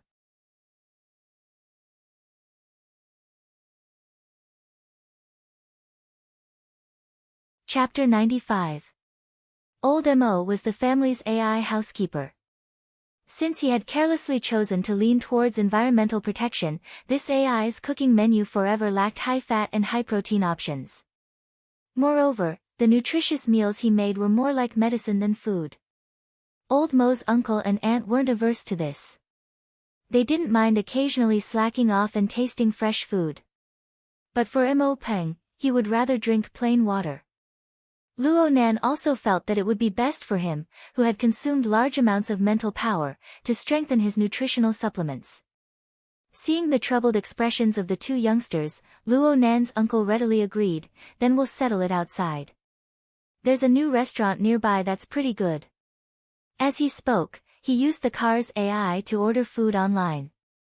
His luck wasn't bad. Even though he had already entered the bustling Xia City district and it was meal time, he still successfully placed the order. The SUV cut into another lane and entered the light track of a certain skyscraper. It began to gradually rise to the traffic level. Xia City had 20 transportation layers from the ground to the sky. Aside from the 5 layers that were used by specialized flying machines, the remaining 15 transportation layers mostly used the light rails that bypassed the various high-rise buildings in the city to realize the switching and distribution of the layers. Every night, the outer layers of many skyscrapers would light up like spiraling neon lights. Tens of thousands of flying cars would shuttle back and forth, forming a seemingly never-ending stream of light. It was filled with the beauty of order. Luo Nan continued to read the rest of Bamboo Pole's words, and the word order was mentioned. We've observed the secret orders. The vast majority of them, from top to bottom, show signs of irrationality. But within and between every order, a high degree of unity and order is ultimately manifested. It makes one suspect that all irrational things are stuffed into a hard, firm, and tight framework. Or perhaps it's a kind of magical machine. Irrational raw materials are filled in, and the product is order. I can't find any other explanation for this besides a complete ability explanation system. We can match the Secret Order's ability explanation system with the Society's internal ability explanation system. Shallow believers correspond to unawakened ability users. Devout believers correspond to awakened ones. Fanatics correspond to engineers. Favored correspond to extraordinaries. Basically, the ability levels are quite compatible. Is this the ability explanation system's different routes lead to the same goal? If this is the case, the Society will be very happy to sit down with the Secret Order and eat breakfast together. But in reality, the Church's explanation system still had serious differences with that of the Association. The Society, the Church, and even the Burners. What does the coexistence of two or even more systems mean? Have we only seen one side of the truth, or is the world like a sandwich? Or simply a 1,000-layer cake? There's another layer to unravel, it's just a matter of how you want to eat it. Bamboo Pole's article was very long. Luo Nan only read the gist of it. However, the main point was still very clear. It was to discuss the opposing system between the Association and the Secret Orders, and to correct some people's belittling of the Secret Orders. However, Luo Nan's feelings had deviated a bit from Bamboo Pole's goal of writing this article. I seem to have entered the wrong door. Luo Nan felt a small sense of absurdity. No matter how he looked at it now, his own formatting theory leaned more towards the direction of the Secret Orders. Like Xie Junping and Cat Eyes, weren't they shallow believers? Another example would be the Wraith Sign, who was a fanatic. The standard of the societal format was more like the typical structure of the Secret Orders, with God as the center. If the facts proved that his self-logic and the ability explanation system advocated by the Society had a serious deviation, then what was the point of him joining the Society? Of course, Luo Nan wanted to know why his grandfather's theory would form such a close correspondence with the Secret Order's system. Was it a coincidence? Or was it some other reason? Luo Nan's doubts were destined not to be answered in a short amount of time. The family had already arrived at the restaurant. They were guided by the waiter to their reserved seats and sat down. The restaurant's environment was pretty good. It had antique wooden window partitions, allowing light to pass through and emphasizing privacy. Even though there were quite a few people eating, it was relatively quiet. Luo Shuqing was quite satisfied. The place you chose is pretty good. This kind of environment was a bit old-fashioned for youngsters. Mo Peng wasn't interested in the surrounding decorations. He lowered his head and played his game after ordering. Luo Nan went to the bathroom. His train of thought had hit a bottleneck. It was hard not to be preoccupied. He kept his head down the entire way, ignoring the things around him. But when he was washing his hands, someone beside him called out in a probing manner, "Mr. Luo?" Luo Nan was startled. He raised his head and saw that the person was around 40 years old. His figure was tall and sturdy, and he looked capable and calm. Luo Nan just felt that the person looked familiar. He thought about how he was addressed, and only then did he remember that the only people who could call him by this name were those who participated in the operation on the 28th. Yes, this person was one of the 4 bodyguards He Yueyin had brought with her that day. He was responsible for looking after Shui Lei, Black Wolf, and the other injured people. He was a very steady person. However, Luo Nan couldn't remember his name no matter how hard he tried.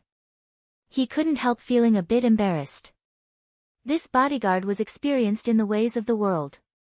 He smiled and extended his hand to introduce himself, "Zhou Hu. I didn't greet Mr. Luo that day. My apologies." Luo Nan hurriedly called out, "Brother Zhou." He was a bit baffled. "Brother Zhou is here. Is Sister He here as well?" "Nope. I'm off today. I'm here for a private gathering. A group of old comrades." "Oh right. Crag Burst is here as well." "Huh." Luo Nan's impression of Crag Burst, who was also in the Society, was much deeper. Crag Burst was a valiant close combat expert. He existed as Luo Nan's protector during the later stages of the operation. Even though Crag Burst didn't have the opportunity to truly display his strength, the 2-meter-tall giant gave Luo Nan a sense of security. Luo Nan even added Crag Burst as a friend through the Hexayear. You guys are comrades. We've tested each other before. We don't have a deep friendship. But we're familiar now. Zhou Hu laughed as he invited, Mr. Luo, do you want to come over to our place? Forget it. Send my regards to Crag Burst. Luo Nan wasn't good at this sort of social interaction. He was just about to leave when he turned his head to see Mo Peng's short and stout figure make his way in. Mo Peng was stunned for a moment when he saw Luo Nan chatting with a tall and sturdy man with a clear age gap. But he didn't really take it to heart. He greeted Luo Nan and went to release. Luo Nan found it inappropriate to leave first. He smiled at Zhou Hu, my older cousin. Zhou Hu understood and took his leave first. Mo Peng came to the sink just as Luo Nan left. He grimaced in pain. Did you just run into an acquaintance? Dad ran into one too. This place is evil. Another person walked in before Luo Nan could finish speaking. Luo Nan's back was facing the door right now. The person just happened to see Luo Nan's back as well as the side of his face reflected in the mirror. The person suddenly trembled and turned to leave.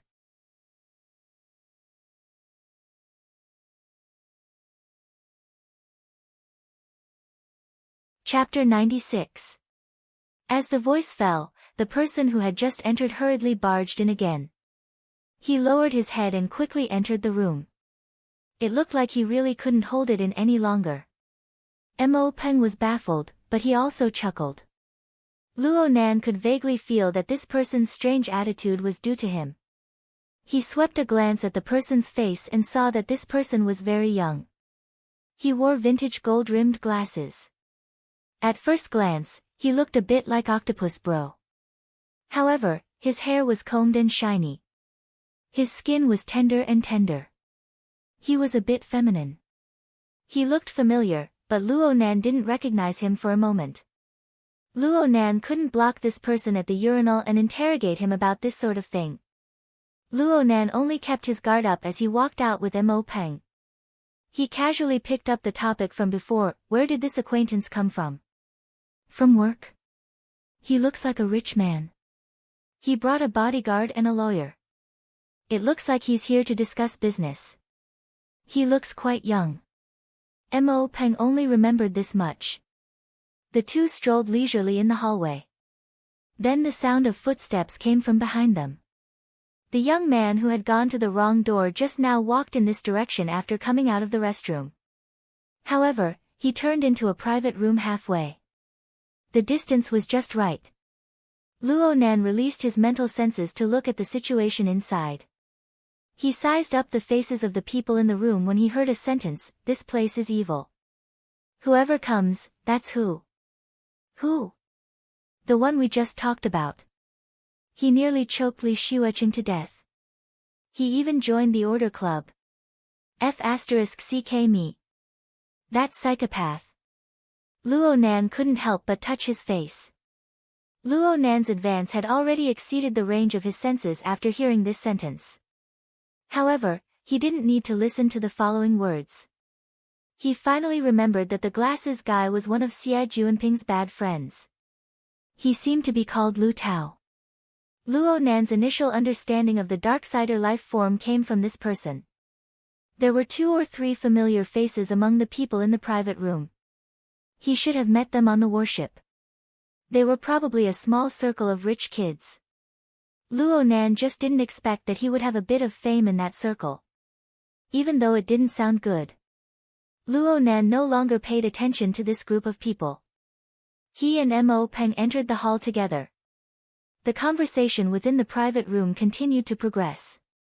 It wouldn't be wrong to say that this was the circle of the rich second generation, but it would be more accurate to say that it was the majority of the members of the Construction Society's executive committee, except for Li Xuecheng, who was still lying in the hospital. Originally, they were going to have a meal with the person in charge of the Rainbow Fund, the co-investor, but the other party still hadn't arrived. The group of people hadn't had a meal for a long time, and they were all stifled. They could only rely on bragging and gossiping to survive. The relationship between this kid and Xie Junping is unclear. I heard that the next morning, Li Xuechen called Shattered Soul and his gang to beat him up. In the end, not only did they not succeed, they were even beaten up by Xie Junping and sent to the hospital. This can't be right. Why did I hear that it's related to Lien Jiayu? Have you seen Xie Junping hanging out with Lien Fu these past 2 days? It seems to have collapsed. At this moment, Lang Ding stood up from the main seat. I've just contacted him. He's outside. I'll go out and welcome him. Lu Taogang started a new topic. Although he was happy with it, he couldn't help but feel a little displeased. This person sure is arrogant. At this point, we don't even know his name or his appearance. I just need to know the Rainbow Fund's official seal and procedures. Lang Ding chuckled. He called a few people out and walked towards the main hall. Luo Nan and Mo Peng had already entered the main hall at this time. They could see from afar that the table they had reserved for 4 people at this time was actually full. There was even a person standing outside a small booth. Mo Peng rolled his eyes when he saw this. You haven't finished chatting yet. Don't tell me you want to eat at the same table. Luo Nan walked a bit closer. He wasn't obstructed by the antique wooden window, so he just happened to be able to see the appearance of the person outside the booth. His feet suddenly stopped. The person standing had a swift and fierce build. His skin was dark and shiny. His gaze swept all around with ice-cold vigilance. He had the appearance of a bodyguard. The dark-skinned bodyguard clearly sensed Luo Nan's gaze at the same time that Luo Nan's gaze swept over. His cold gaze was cast over. It was the dark-skinned man that Luo Nan had seen at Gear. The burner. Luo Nan's brows furrowed slightly. His footsteps paused for a bit, then he sped up and walked straight over. He saw that aside from his aunt and uncle, there were 2 other people sitting. One was Lawyer Zhu, whom he had seen that day. The other was a man who looked to be around 30 years old. His face was handsome and he seemed to be smiling. But from the contours of his face, he should have maintained a serious appearance all year round. His smile appeared stiff, distorted, and a bit inexplicable coldness. But the thing that gave Luo Nan the deepest impression was the area around this person's eye sockets. The color of blood and tendons interweaved together to form a strange contrast with his current smile. Oh right, this person's eyes were a dark red color. Luo Nan got closer and further confirmed that the atmosphere in the booth was absolutely abnormal. His uncle's expression was tranquil.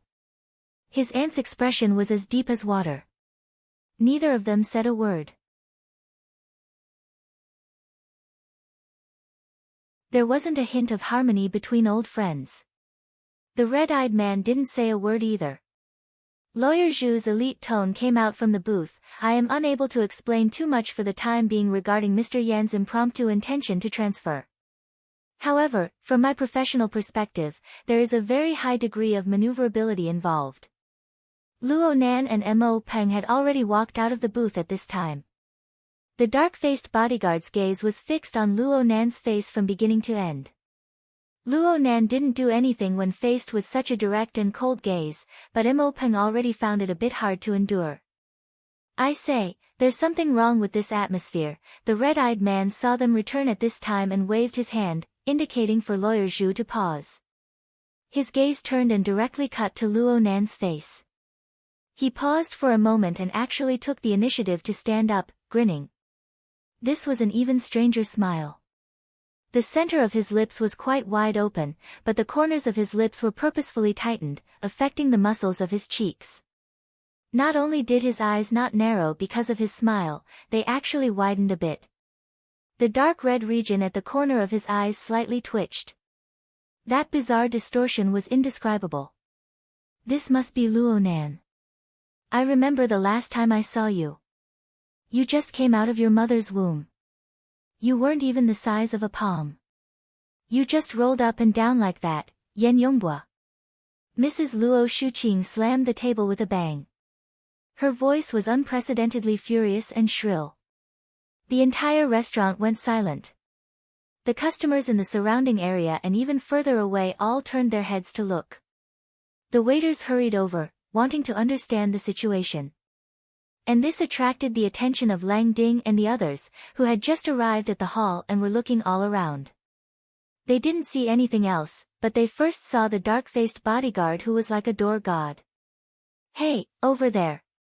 A group of people walked over with curiosity. Lang Ding was the first to see the situation inside the booth. His gaze swept past Luo Nan and the others before finally stopping on the face of the red-eyed man. His expression changed in an instant and he cried out involuntarily, "Teacher! Teacher Yen!" Some of the members of the construction society who followed behind him were at a loss. Some were stupefied. But the ones who recognized the face before their eyes all thought to themselves, "This sponsor. What a deep scheme."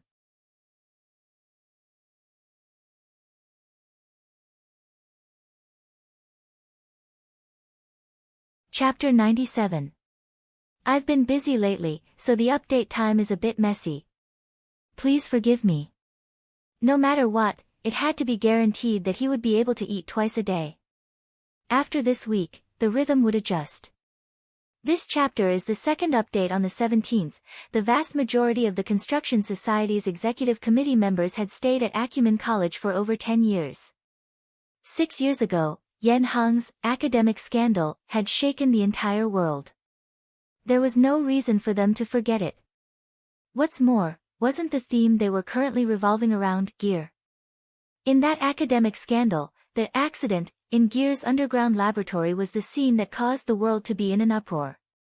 Yen Hong, facing the criticism of the entire world, deliberately created an accident, destroyed evidence, and used the crudest method to cover up his crimes. This also caused Acumen College, who was responsible for the administration, to lose face. After the incident, Yen Hong, who was condemned by everyone, disappeared without a trace. Yen Yongbua, who was a lecturer in the academy, also disappeared. Most people felt that they would never see them again. But reality slapped him hard in the face. It really is Yen Yongbua. He used to give me lessons. Lu Tao recognized Yen Yongbua and couldn't help but poke his companion beside him. "Hey, he's the person in charge of the Rainbow Fund? That's a credit limit of tens of billions. And it seems that Quantum Corporation is behind it. Is Yen Hong coming back for revenge?" His companion shook his head. He did not and could not answer this question. Yen Yongbua's demonic crimson eyes swept across the faces of Lang Ding and the others. He nodded slightly as a greeting. Then, he turned his gaze to Luo Shuqing, who was glaring at him, and bowed. "Ms. Luo, I'm sorry. My words were inappropriate. Actually, I have always admired and respected Senior Sister Qingwen. Therefore, when I returned this time, the first thing I did was to purchase gear. This was Senior Qingwen's undying work back then. Back then, I also hoped to restore the glory of my father's laboratory." Luo Shuqing didn't hide her emotions at all. "In your dreams." Yen Yongbua calmly tapped his temple. "Now, I have the ability to turn dreams into reality." "Oh, I'm sorry, I forgot that you haven't eaten yet. I won't disturb you for now. We'll talk about the transfer later." He walked straight out of the cubicle, and Lawyer Zhu hurriedly got up to follow. Luo Nan stared coldly at this strange man outside the compartment. He didn't know who Yen Yongbua was at first, but now he was clear, it was this person. Yen Hong's son. It wouldn't be an exaggeration to describe him as a mortal enemy. No matter which side it was, they had no intention of resolving the enmity. Yen Yongbua walked to Luo Nan's side. Just as he was about to brush shoulders with Luo Nan, Yen Yongbua suddenly turned his head. He used a twisted smile to meet Luo Nan's clear and cold eyes. "Speaking of which, my father and Mr. Luo Yuandao have worked together for many years. I was also Mr. Luo Yuandao's student and research assistant for a period of time. Senior Zhongheng, Senior Qingwen, and I are fellow alumni of Acumen College. If there is a chance to coexist, I hope to continue the fate of our two families at Gear. Luo Nan was disinclined to respond to such meaningless words. But in the next moment, Yan Yongbua suddenly turned around without any warning. He raised his hand and embraced Luo Nan's shoulder. It looked intimate, but Yan Yongbua bent his waist slightly. His unyielding strength forced Luo Nan to bend over. His mouth was right next to Luo Nan's ear as he laughed in a low voice. I was exaggerating a bit just now. You weren't that small when you were wrapped up in the womb. At worst, you were like a chihuahua rolling around in the solution. You were actually quite cute. Yan Yongbua felt Luo Nan's body go rigid in an instant. He patted Luo Nan's shoulder. It's just a pity for Senior Qingwen. I've been fantasizing about her since junior high. But from then on, I never did it again. Do you know why? Luo Nan turned his face slightly. His gaze was penetratingly cold and hard, but it was unable to affect Yan Yongbua's twisted smiling face in the slightest. It's too easy for me to make associations. When her face flashes in my mind, I think of that pile of rotting flesh and bones. In this instant, a certain string in Luo Nan's mind snapped. The heavily chained crow was about to pierce out of his body amidst the rattling vibrations, piercing through the head of the man before him. But a scorching firepower was transmitted from Yan Yongbua's body in advance. It penetrated through Luo Nan's neck, just like a red-hot blade. The instant brush with death caused Luo Nan's thoughts to stagnate. The heavily chained crow didn't come out, but Yan Yongbua's words pressed into his eardrums one word at a time. Look. This is the archetype format. This is the burner. This is the true result. And your kind is worthless. I didn't have the time to say those words to your dead old man back then. I'll give them to you. Yan Yongbua let go of Luo Nan's shoulder and laughed loudly just like that. He directly left, and the dark-faced bodyguard followed closely behind. Lawyer Zhu also hurriedly followed. Lang Ding and the other members of the construction society looked at each other in dismay. They hesitated for a while, but they still chased after Yan Yongbua. Yan Yongbua seemed to have gone mad. He laughed all the time. His laughter was hoarse and sharp, echoing throughout the entire dining hall. Nan Nan. Luo Shuqing, who had just been intimidated by the inexplicable power, finally broke free. She flipped over the chair and threw herself over. She hugged Luo Nan, who was still in a bent posture, and spoke incoherently. Are you okay? What did he say? That bastard. Are you okay? What did he say? Luo Nan didn't say anything. Up ahead, Yan Yongbua walked very quickly, pulling open the distance between him and the group of people from the construction society. Finally, his laughter stopped, and his face quickly returned to its usual cold and solemn state. Lawyer Zhu. Lawyer Zhu had to jog the entire way in order to keep up. It was inevitable that his elite style of calmness was a bit scattered. But he had no choice but to run. He had been scared stiff by Yan Yongbua's previous performance. He had never thought that this big financial backer of his, who had always maintained a calm appearance, would actually have such a crazed core. He gasped for breath and asked, Mr. Yan. Do you have any instructions? How is the school? The sudden change in topic and situation caused Lawyer Zhu to stare blankly. Luckily, this was his field of expertise, so he quickly replied, they basically agree to speed up the process. If the bidding goes smoothly, why doesn't it go smoothly? Huh? Under the unreserved support of the Rainbow Fund. Come, Lawyer Zhu. Tell me where it doesn't go smoothly. Lawyer Zhu felt his legs go a bit soft.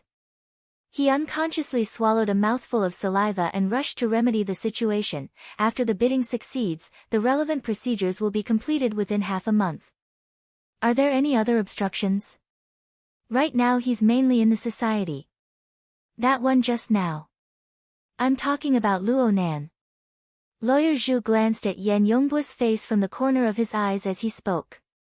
Seeing that Yan Yongbua didn't have any special reaction, Lawyer Zhu continued to speak. Luo Nan is a member of the society. He doesn't have the right to make decisions, but he does have the right to request for reconsideration.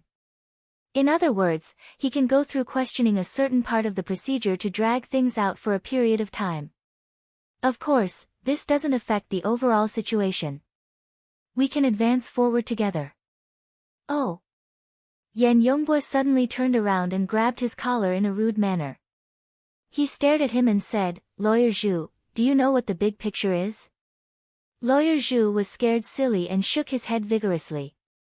"Do you know how many earthquakes have occurred in Xia City over the past 10 days?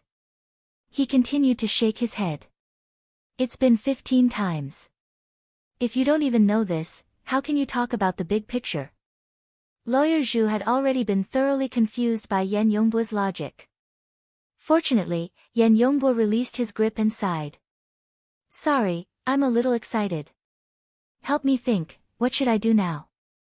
Right now, my mind is filled with kill, kill, kill. Isn't this not too good?"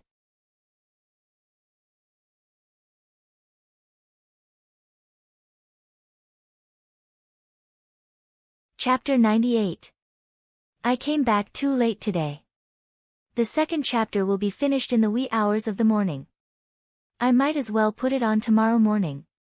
Everyone doesn't have to stay up to wait. It's equivalent to tomorrow's third chapter. Also, there was an error in the chapter numbering. It has been corrected.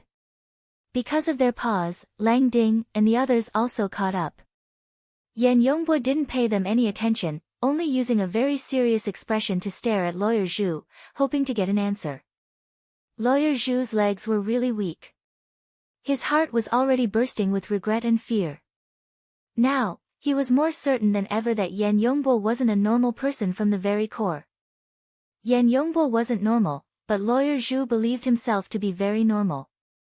How could he possibly speak of this kind of kill kill kill matter in front of others?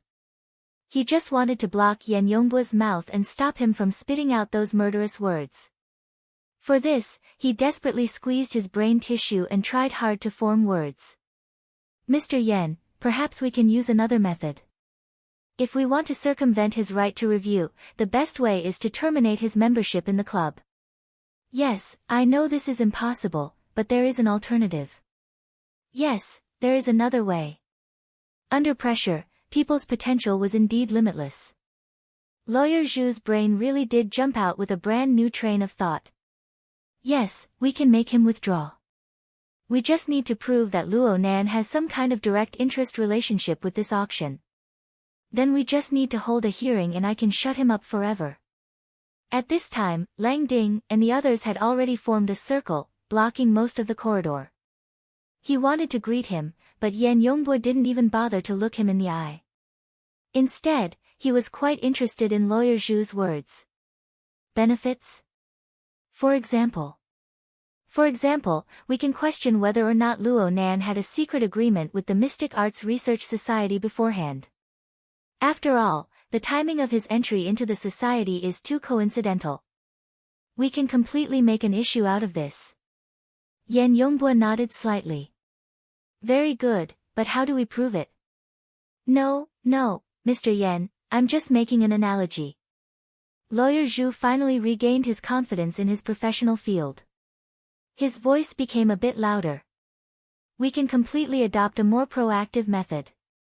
In fact, I think that the transfer intention that you mentioned just now is a very good entry point. I don't really understand the situation inside, it seems to be related to some patents." Yan Yongbua's expression did not change. He nodded slightly. "More or less. Luo Nan is the direct descendant of the victim. The legal heir." "That's right, that's his grandfather." "Then, if you don't mind, you can use your private identity to fight a lawsuit with them. As long as the court accepts it, a beneficial relationship will appear between you and Luo Nan. And as the person in charge of the Rainbow Fund, you are a key figure in this bidding. Then, all of Luo Nan's questioning of Gear's bidding process can be viewed as selfish actions. I think that with this reason, the school will make a very sensible decision. No matter how much he objects, it will be useless. Hearing this, Yan Yongbua stroked his chin lightly. Is that so? Filled with anger, yet powerless to do anything. This is good. Does this count as a pass? Lawyer Zhu secretly heaved a sigh of relief. Lang Ding and the others finally got the chance to say hello. They were actually very embarrassed. He inexplicably listened to a string of schemes aimed at Luo Nan, but the other side really didn't try to avoid it at all. After all, this was a public place. Many people in the restaurant were looking over because of the previous incident. There were also people going in and out of the private rooms along the corridor, casting curious glances at them. Not too far away, there was a big guy who was nearly 2 meters tall. His face was flushed from being drunk. He leaned against the wall and looked over in a daze. He probably guessed that with his size, he would bump into him if he walked over. But Yan Yongbua really didn't care. He was very calm right now. I'm very sorry for what happened just now. It involved some personal grudges. I lost my composure a bit and made everyone laugh.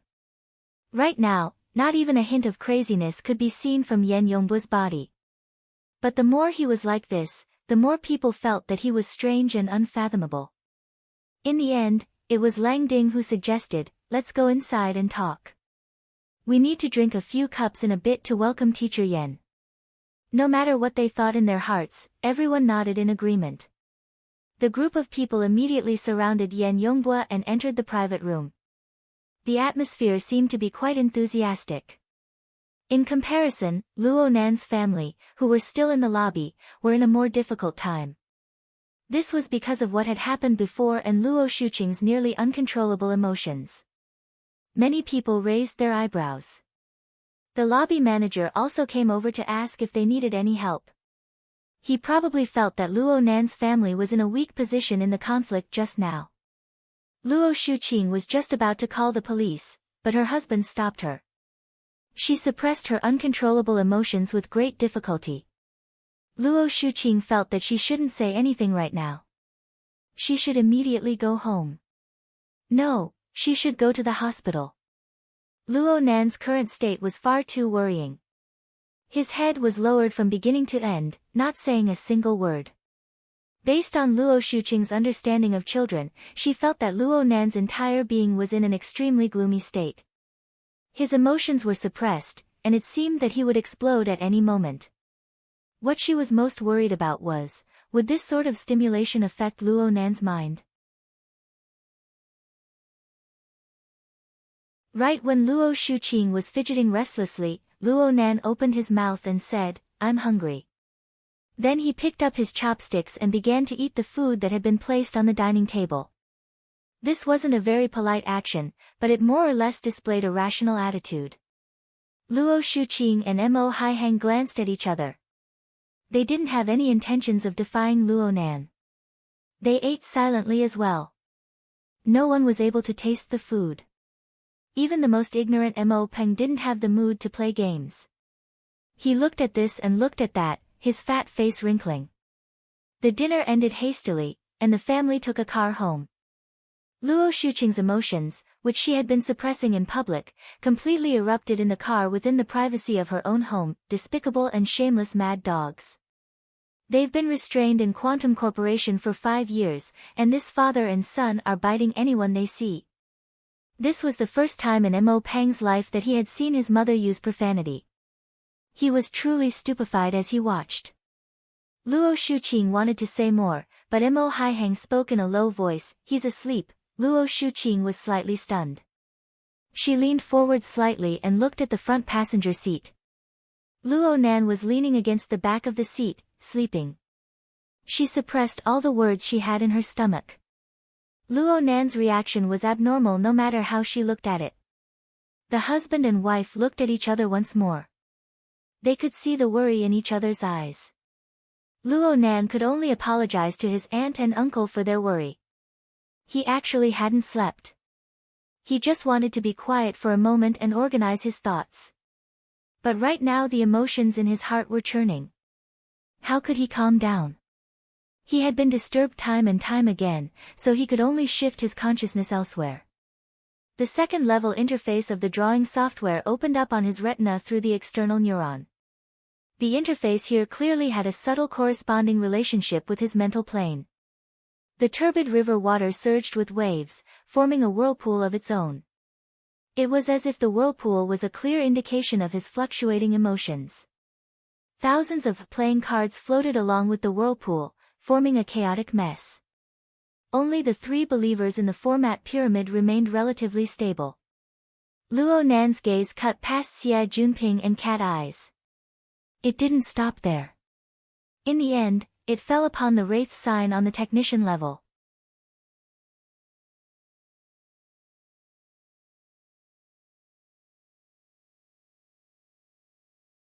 Chapter 99. The red light signified that the Wraith sign was devouring. In reality, it was devouring Luo Nan's restless and violent fury. The Wraith sign was born from devouring the negative emotions of the human heart.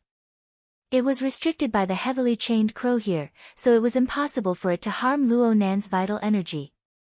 But when such intense emotions squeezed in, it was tantamount to releasing a layer of restriction.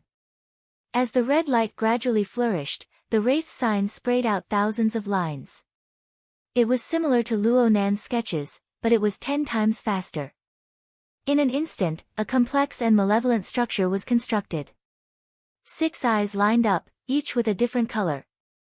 8 claws extended to the side, merging with the human body. Such a demonic and ugly image was the human-faced arachnid.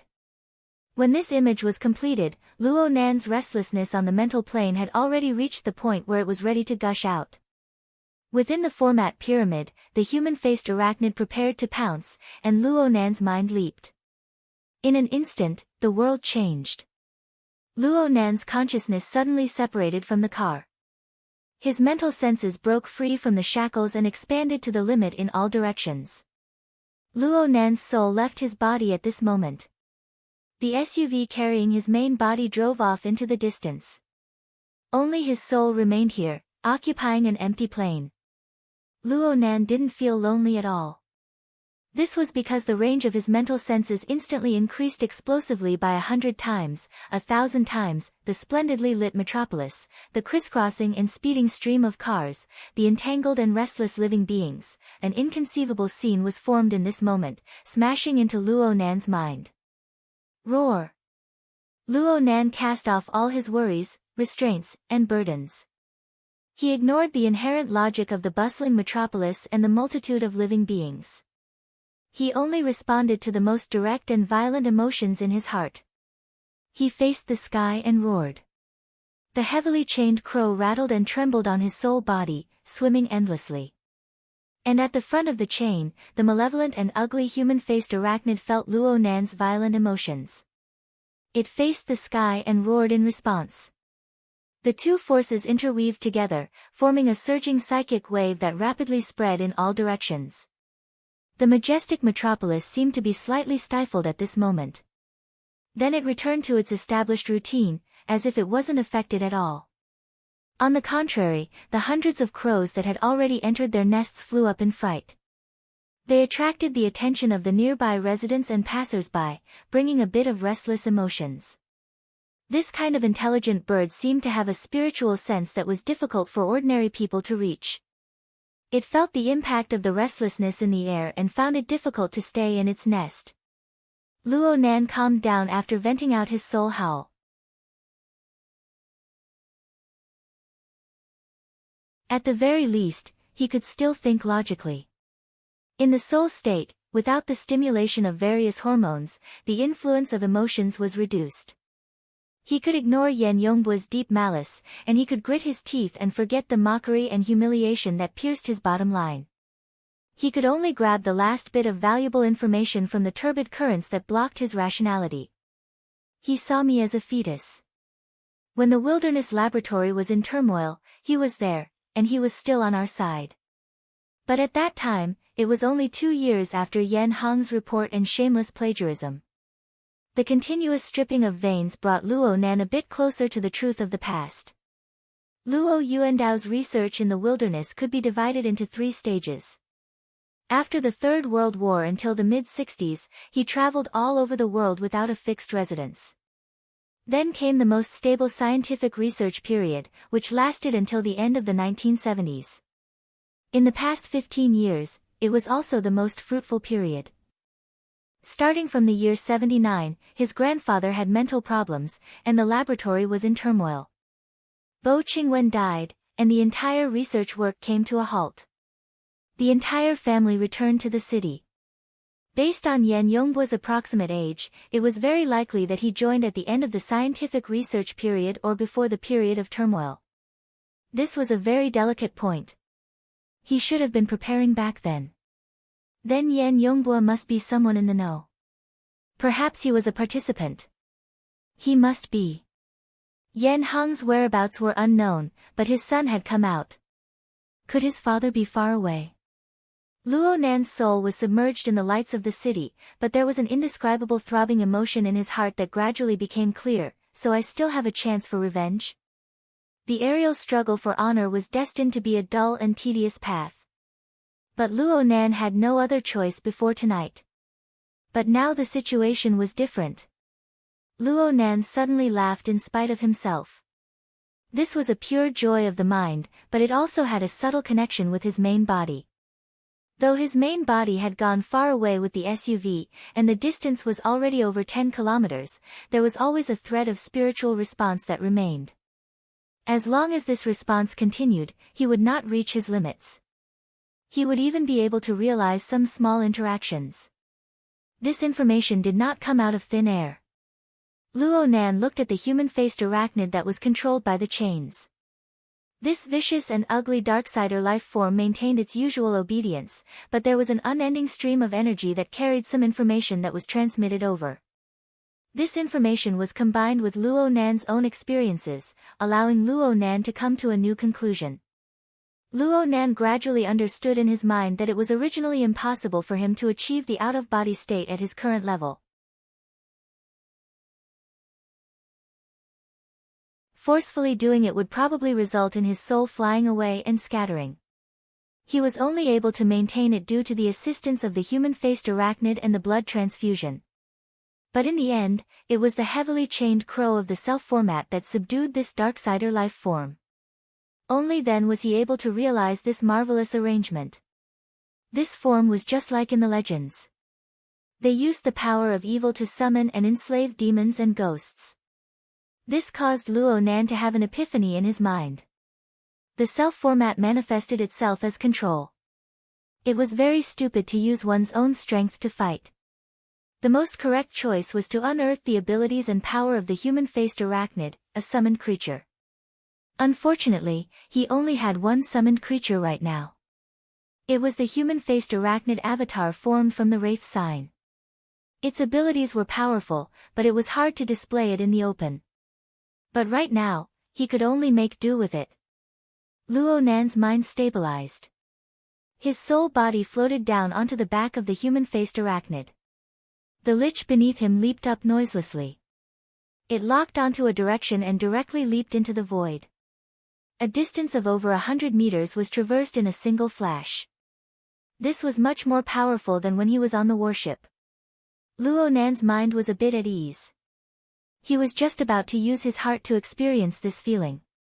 But his heart stirred slightly. Then he saw a black shadow flapping its wings.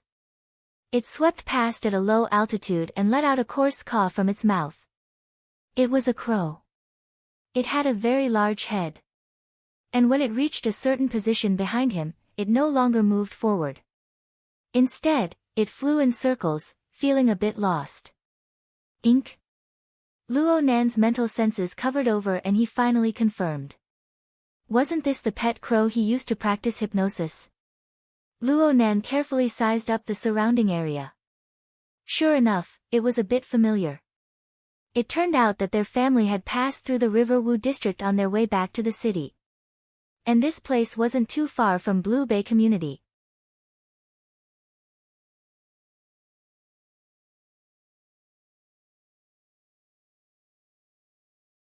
Chapter 100. It was said that the intelligence of crows surpassed that of a 7-year-old child. He didn't know if it was because of Ink's innate talent or the effect of hypnosis, but Ink's intelligence was clearly higher than others of its kind, and its intuition was also better. It circled a few times, but it was unable to see the silhouette of Luo Nan. It folded its wings and landed on a protruding area of the outer wall of a skyscraper. It looked all around, and it scratched and hissed. It was clearly using its usual method to arouse Luo Nan's attention. Right now, Luo Nan's soul body was no more than 700 meters away.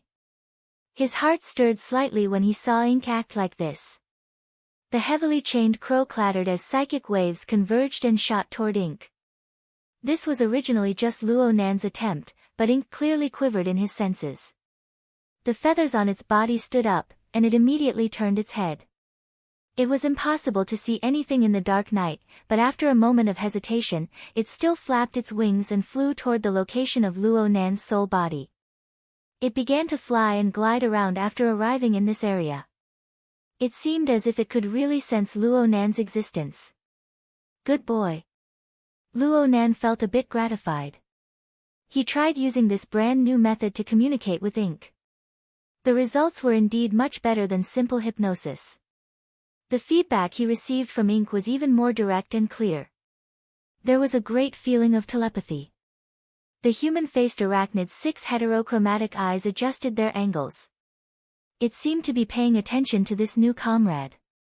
Of course, the human-faced arachnid's avatar didn't possess any self-awareness. This was just a two-way connection that originated from Luo Nan. Luo Nan felt that he was like a wizard of the ancient era. The heavily chained crow was his artifact. It was like a giant python coiled around his soul body. The human-faced arachnid was a demon that he summoned. The crow was a spirit bird that he tamed. His power was displayed through this method. Time was of the essence. Luo Nan could not waste too much time because of Ink. Right when he was about to have Ink return, a subtle stimulus was transmitted back to him from his main body. Luo Nan was stupefied for a moment, but he soon discerned that the stimulus came from the hexaear. This miniature instrument manifested an inconceivable effect. After it detected that Luo Nan's main body was lacking in consciousness, it actually captured the subtle sensation of his out-of-body soul. It transformed the information into an even purer psychic wave. Through the sensing frequency, it traversed several dozen kilometers and accurately entered Luo Nan's mental plane. The message was a conversation request, and it was accompanied by a notification from the psychic wave network. Do you want to turn on the remote sensing function? If you refuse to activate it, the conversation would automatically be skipped. It was equivalent to the owner being in a deep sleep state. What an incredible invention! Luo Nan couldn't help but pay his respects to the legendary President Ouyang. Without a doubt, the inventor must have fully considered the situation of the out-of-body experience to design such a function. Just from this point of view, what Octopus had described in the afternoon regarding President Ouyang's superb attainments in the field of mental enhancement was very reasonable. Luo Nan pondered for a moment, then chose to open the call. This was because he saw that the one who requested the call was actually Crag Burst. Crag Burst and Luo Nan were both members of the Wilderness Explorers Society. Crag Burst had been at the same restaurant as Luo Nan, but the two had never met face to face. Luo Nan reckoned that Crag Burst probably wanted to pull him together for a get-together or something like that. Luo Nan didn't have such thoughts right now, but he wanted to confirm the situation over at the restaurant with Crag Burst. As the remote sensing function was activated, the information from both sides collided in the night sky through the guidance of psychic waves. Luo Nan, who was in his soul-body state, was inexplicably a bit absent-minded. This was a completely different experience compared to his normal state of communication.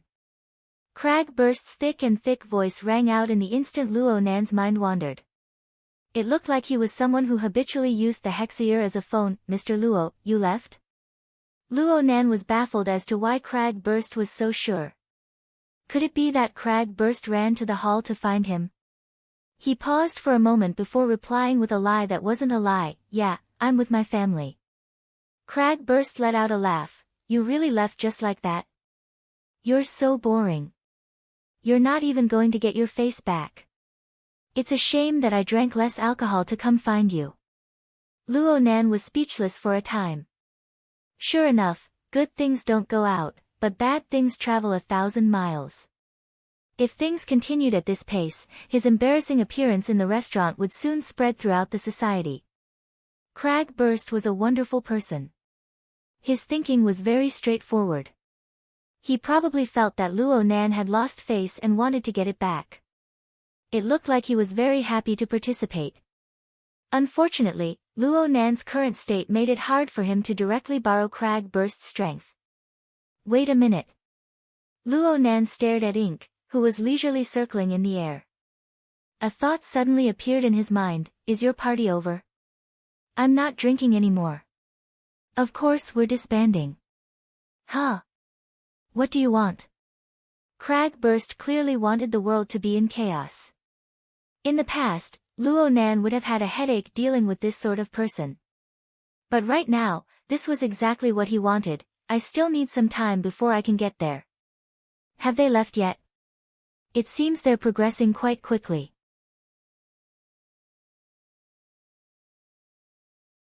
If you're a bit late, then you won't have any hope. Holy crap. They're out. Even a working meal isn't this fast. Did the negotiations between the Rainbow Fund and the Construction Society go smoothly, or did they part on bad terms? Luo Nan was disinclined to think about it. He looked at Ink once more and spoke to Crag Burst, help me keep an eye on them. Share your location and keep in contact. I'll hurry over and meet up with you. Stalking them, right? That's not a problem. But are you sure you can make it over in time? You don't need me to help you intercept them or something? Not for now. Okay then. Let me know if you need me. My Tiger Burst hasn't made a profit since I bought it. Thanks a lot. Luo Nan didn't say anything more to this big guy who insisted on joining in on the fun. He hung up and gazed at Ink in the sky once more. Ink seemed to feel Luo Nan's gaze as it let out 2 rough squawks. Its plume feathers trembled and it glided more and more cheerfully within the multicolored haze of light. The heavily chained crow's swimming speed above Luo Nan's soul body increased. The human-faced arachnid beneath Luo Nan also felt this change. It raised its bewitching and ugly head and its 6 eyes flickered. It let out a hiss that only existed on the mental plane. Xia City didn't have a true night. All sorts of neon lights built a mottled sky that belonged exclusively to this moment. It was mixed with the rhythm of a carnival that existed everywhere. It seeped into the hearts of every single person who was still wandering outside. Crag Burst opened the car window and let the manic heavy metal music spray wantonly. It was accompanied by surging musical phrases as he roared loudly.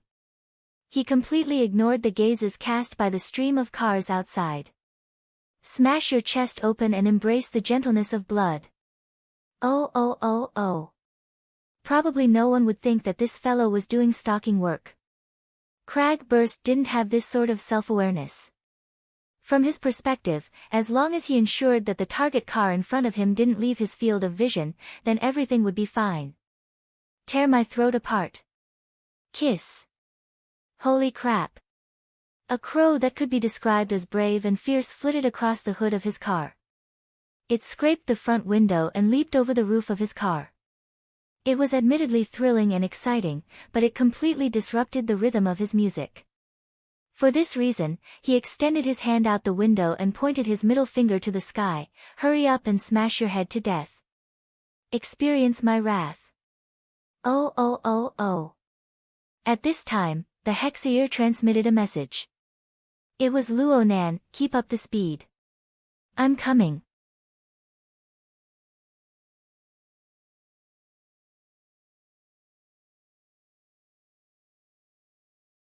Chapter 101. Crag Burst stared blankly as a sturdy crow charged in from outside the car window. The crow bumped into the thick leather of the seat, then fell down and landed on the back seat. The 2 feathers that had fallen were blown out of the window by the strong wind that was blowing in and out of the carriage. But in the end, this uninvited guest stayed. Mr. Luo. Yes, it's me. The crow straightened its body and cawed twice. The sound was coarse and unpleasant to the ears, but it surprisingly matched the heavy metal roaring in the car. Of course, the real way to respond was through the hex ear. Cragburst never would have thought that the so-called, "I'm coming," would be this kind of situation. For a moment, he forgot that the crow's sharp claws had already scratched the surface of the genuine leather seat. He widened his eyes and looked up and down several times. Spiritually enhanced people have so many tricks up their sleeves. What is this, a summoner? You share senses with this bird? Yes, that's about it. Since Cragburst had spoken like this, Luo Nan took advantage of the situation to admit it. This was to avoid looking for other reasons that would make his story full of flaws. Yo, looks like a lot of people have underestimated you. To be able to attach oneself to a flexible object and share one's senses is a brilliant move of the soul sense division.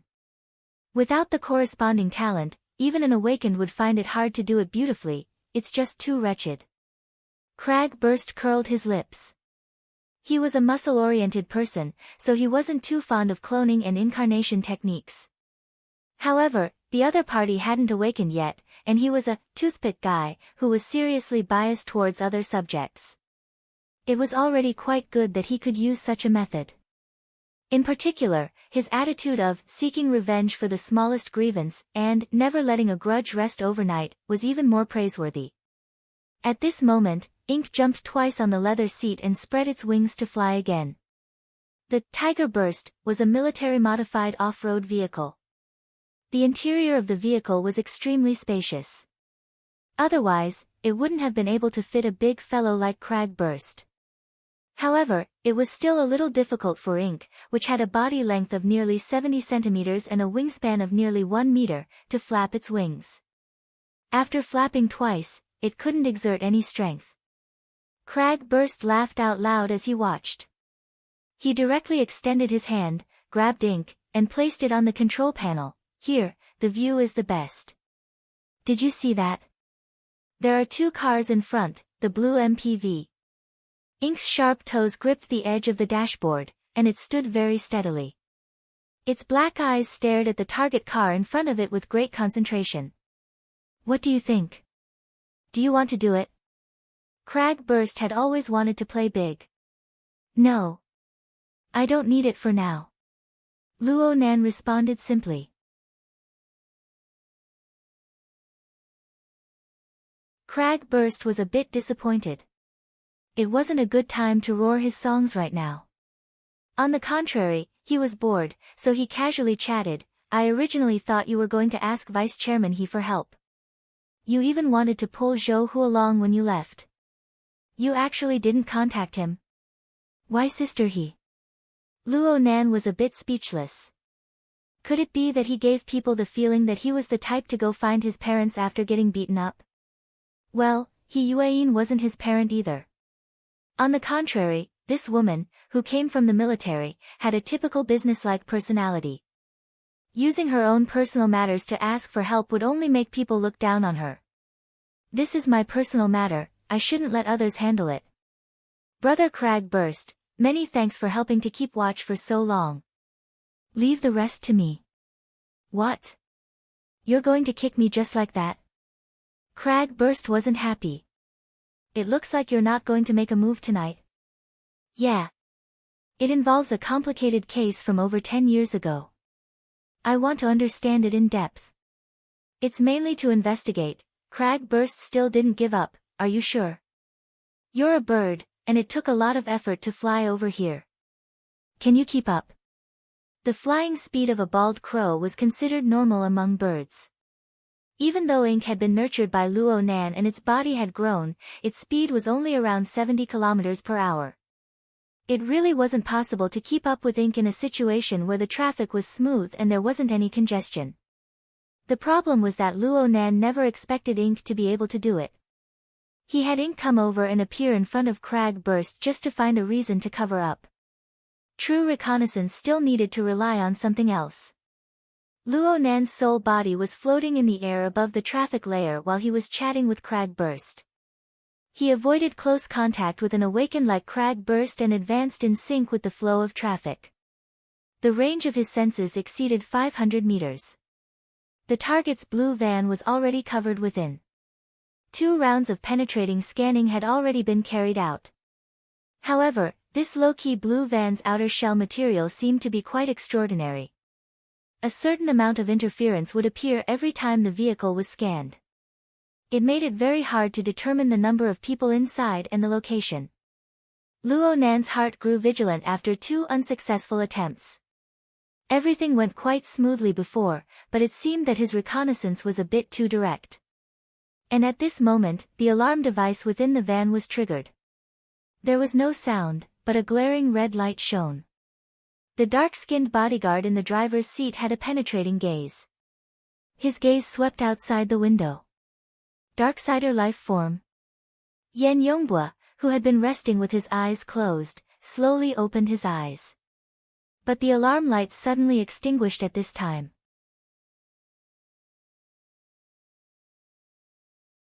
Yan Yongbua couldn't help muttering, could it be that we've passed through the domain of a human-faced arachnid? Or is there an out-of-body mental traversing expert paying attention to us? We've been tailed. The dark-skinned bodyguard suddenly spoke. The projector turned on at this time, displaying a real-time satellite image of the surrounding area. The car's AI combined this image with the automatic recording content of the van. It quickly analyzed and marked out a few suspicious targets. The targets with the highest probability were circled in an eye-catching red frame. It was an eye-catching and domineering military-modified Tiger Burst SUV. Its volume was like that of a small armored vehicle. It had a rough 4-wheeled structure that could truly gallop through the wilderness. It seemed out of place in the bustling metropolis. This car has been following us ever since we left the restaurant. And the monitoring system shows that the words blue van were mentioned. The military? This sort of arrogant tailing method really did seem like the method of some arrogant soldier or valiant general. However, when Yan Yongbua squinted his eyes to look carefully, he was able to capture a sturdy crow beneath the car's window through the high-resolution image.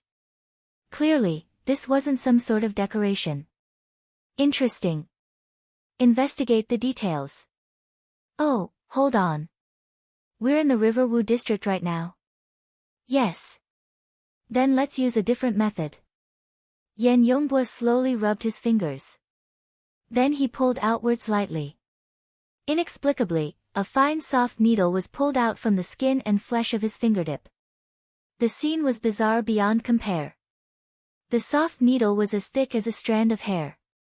It was only around 5 centimeters long. One could see that it was made of metal. But in Yan Yongbua's hands, it looked like it was made of flour. He rubbed the soft needle twice in his hand. When he opened his hand again, the soft needle magically transformed into a metal beetle the size of a grain of rice. Yan Yongbua opened the window and flicked the beetle out of the car with a flick of his finger. Tell Jack that it's time to upgrade the hardware. If he wants to obtain the top-notch configuration, then he needs to work harder. Look in the junk of that car.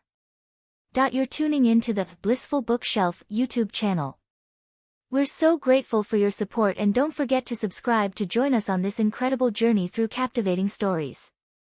Your generosity through donations truly makes a world of difference, as it's the primary source of revenue that allows me to expand and enhance this channel for you.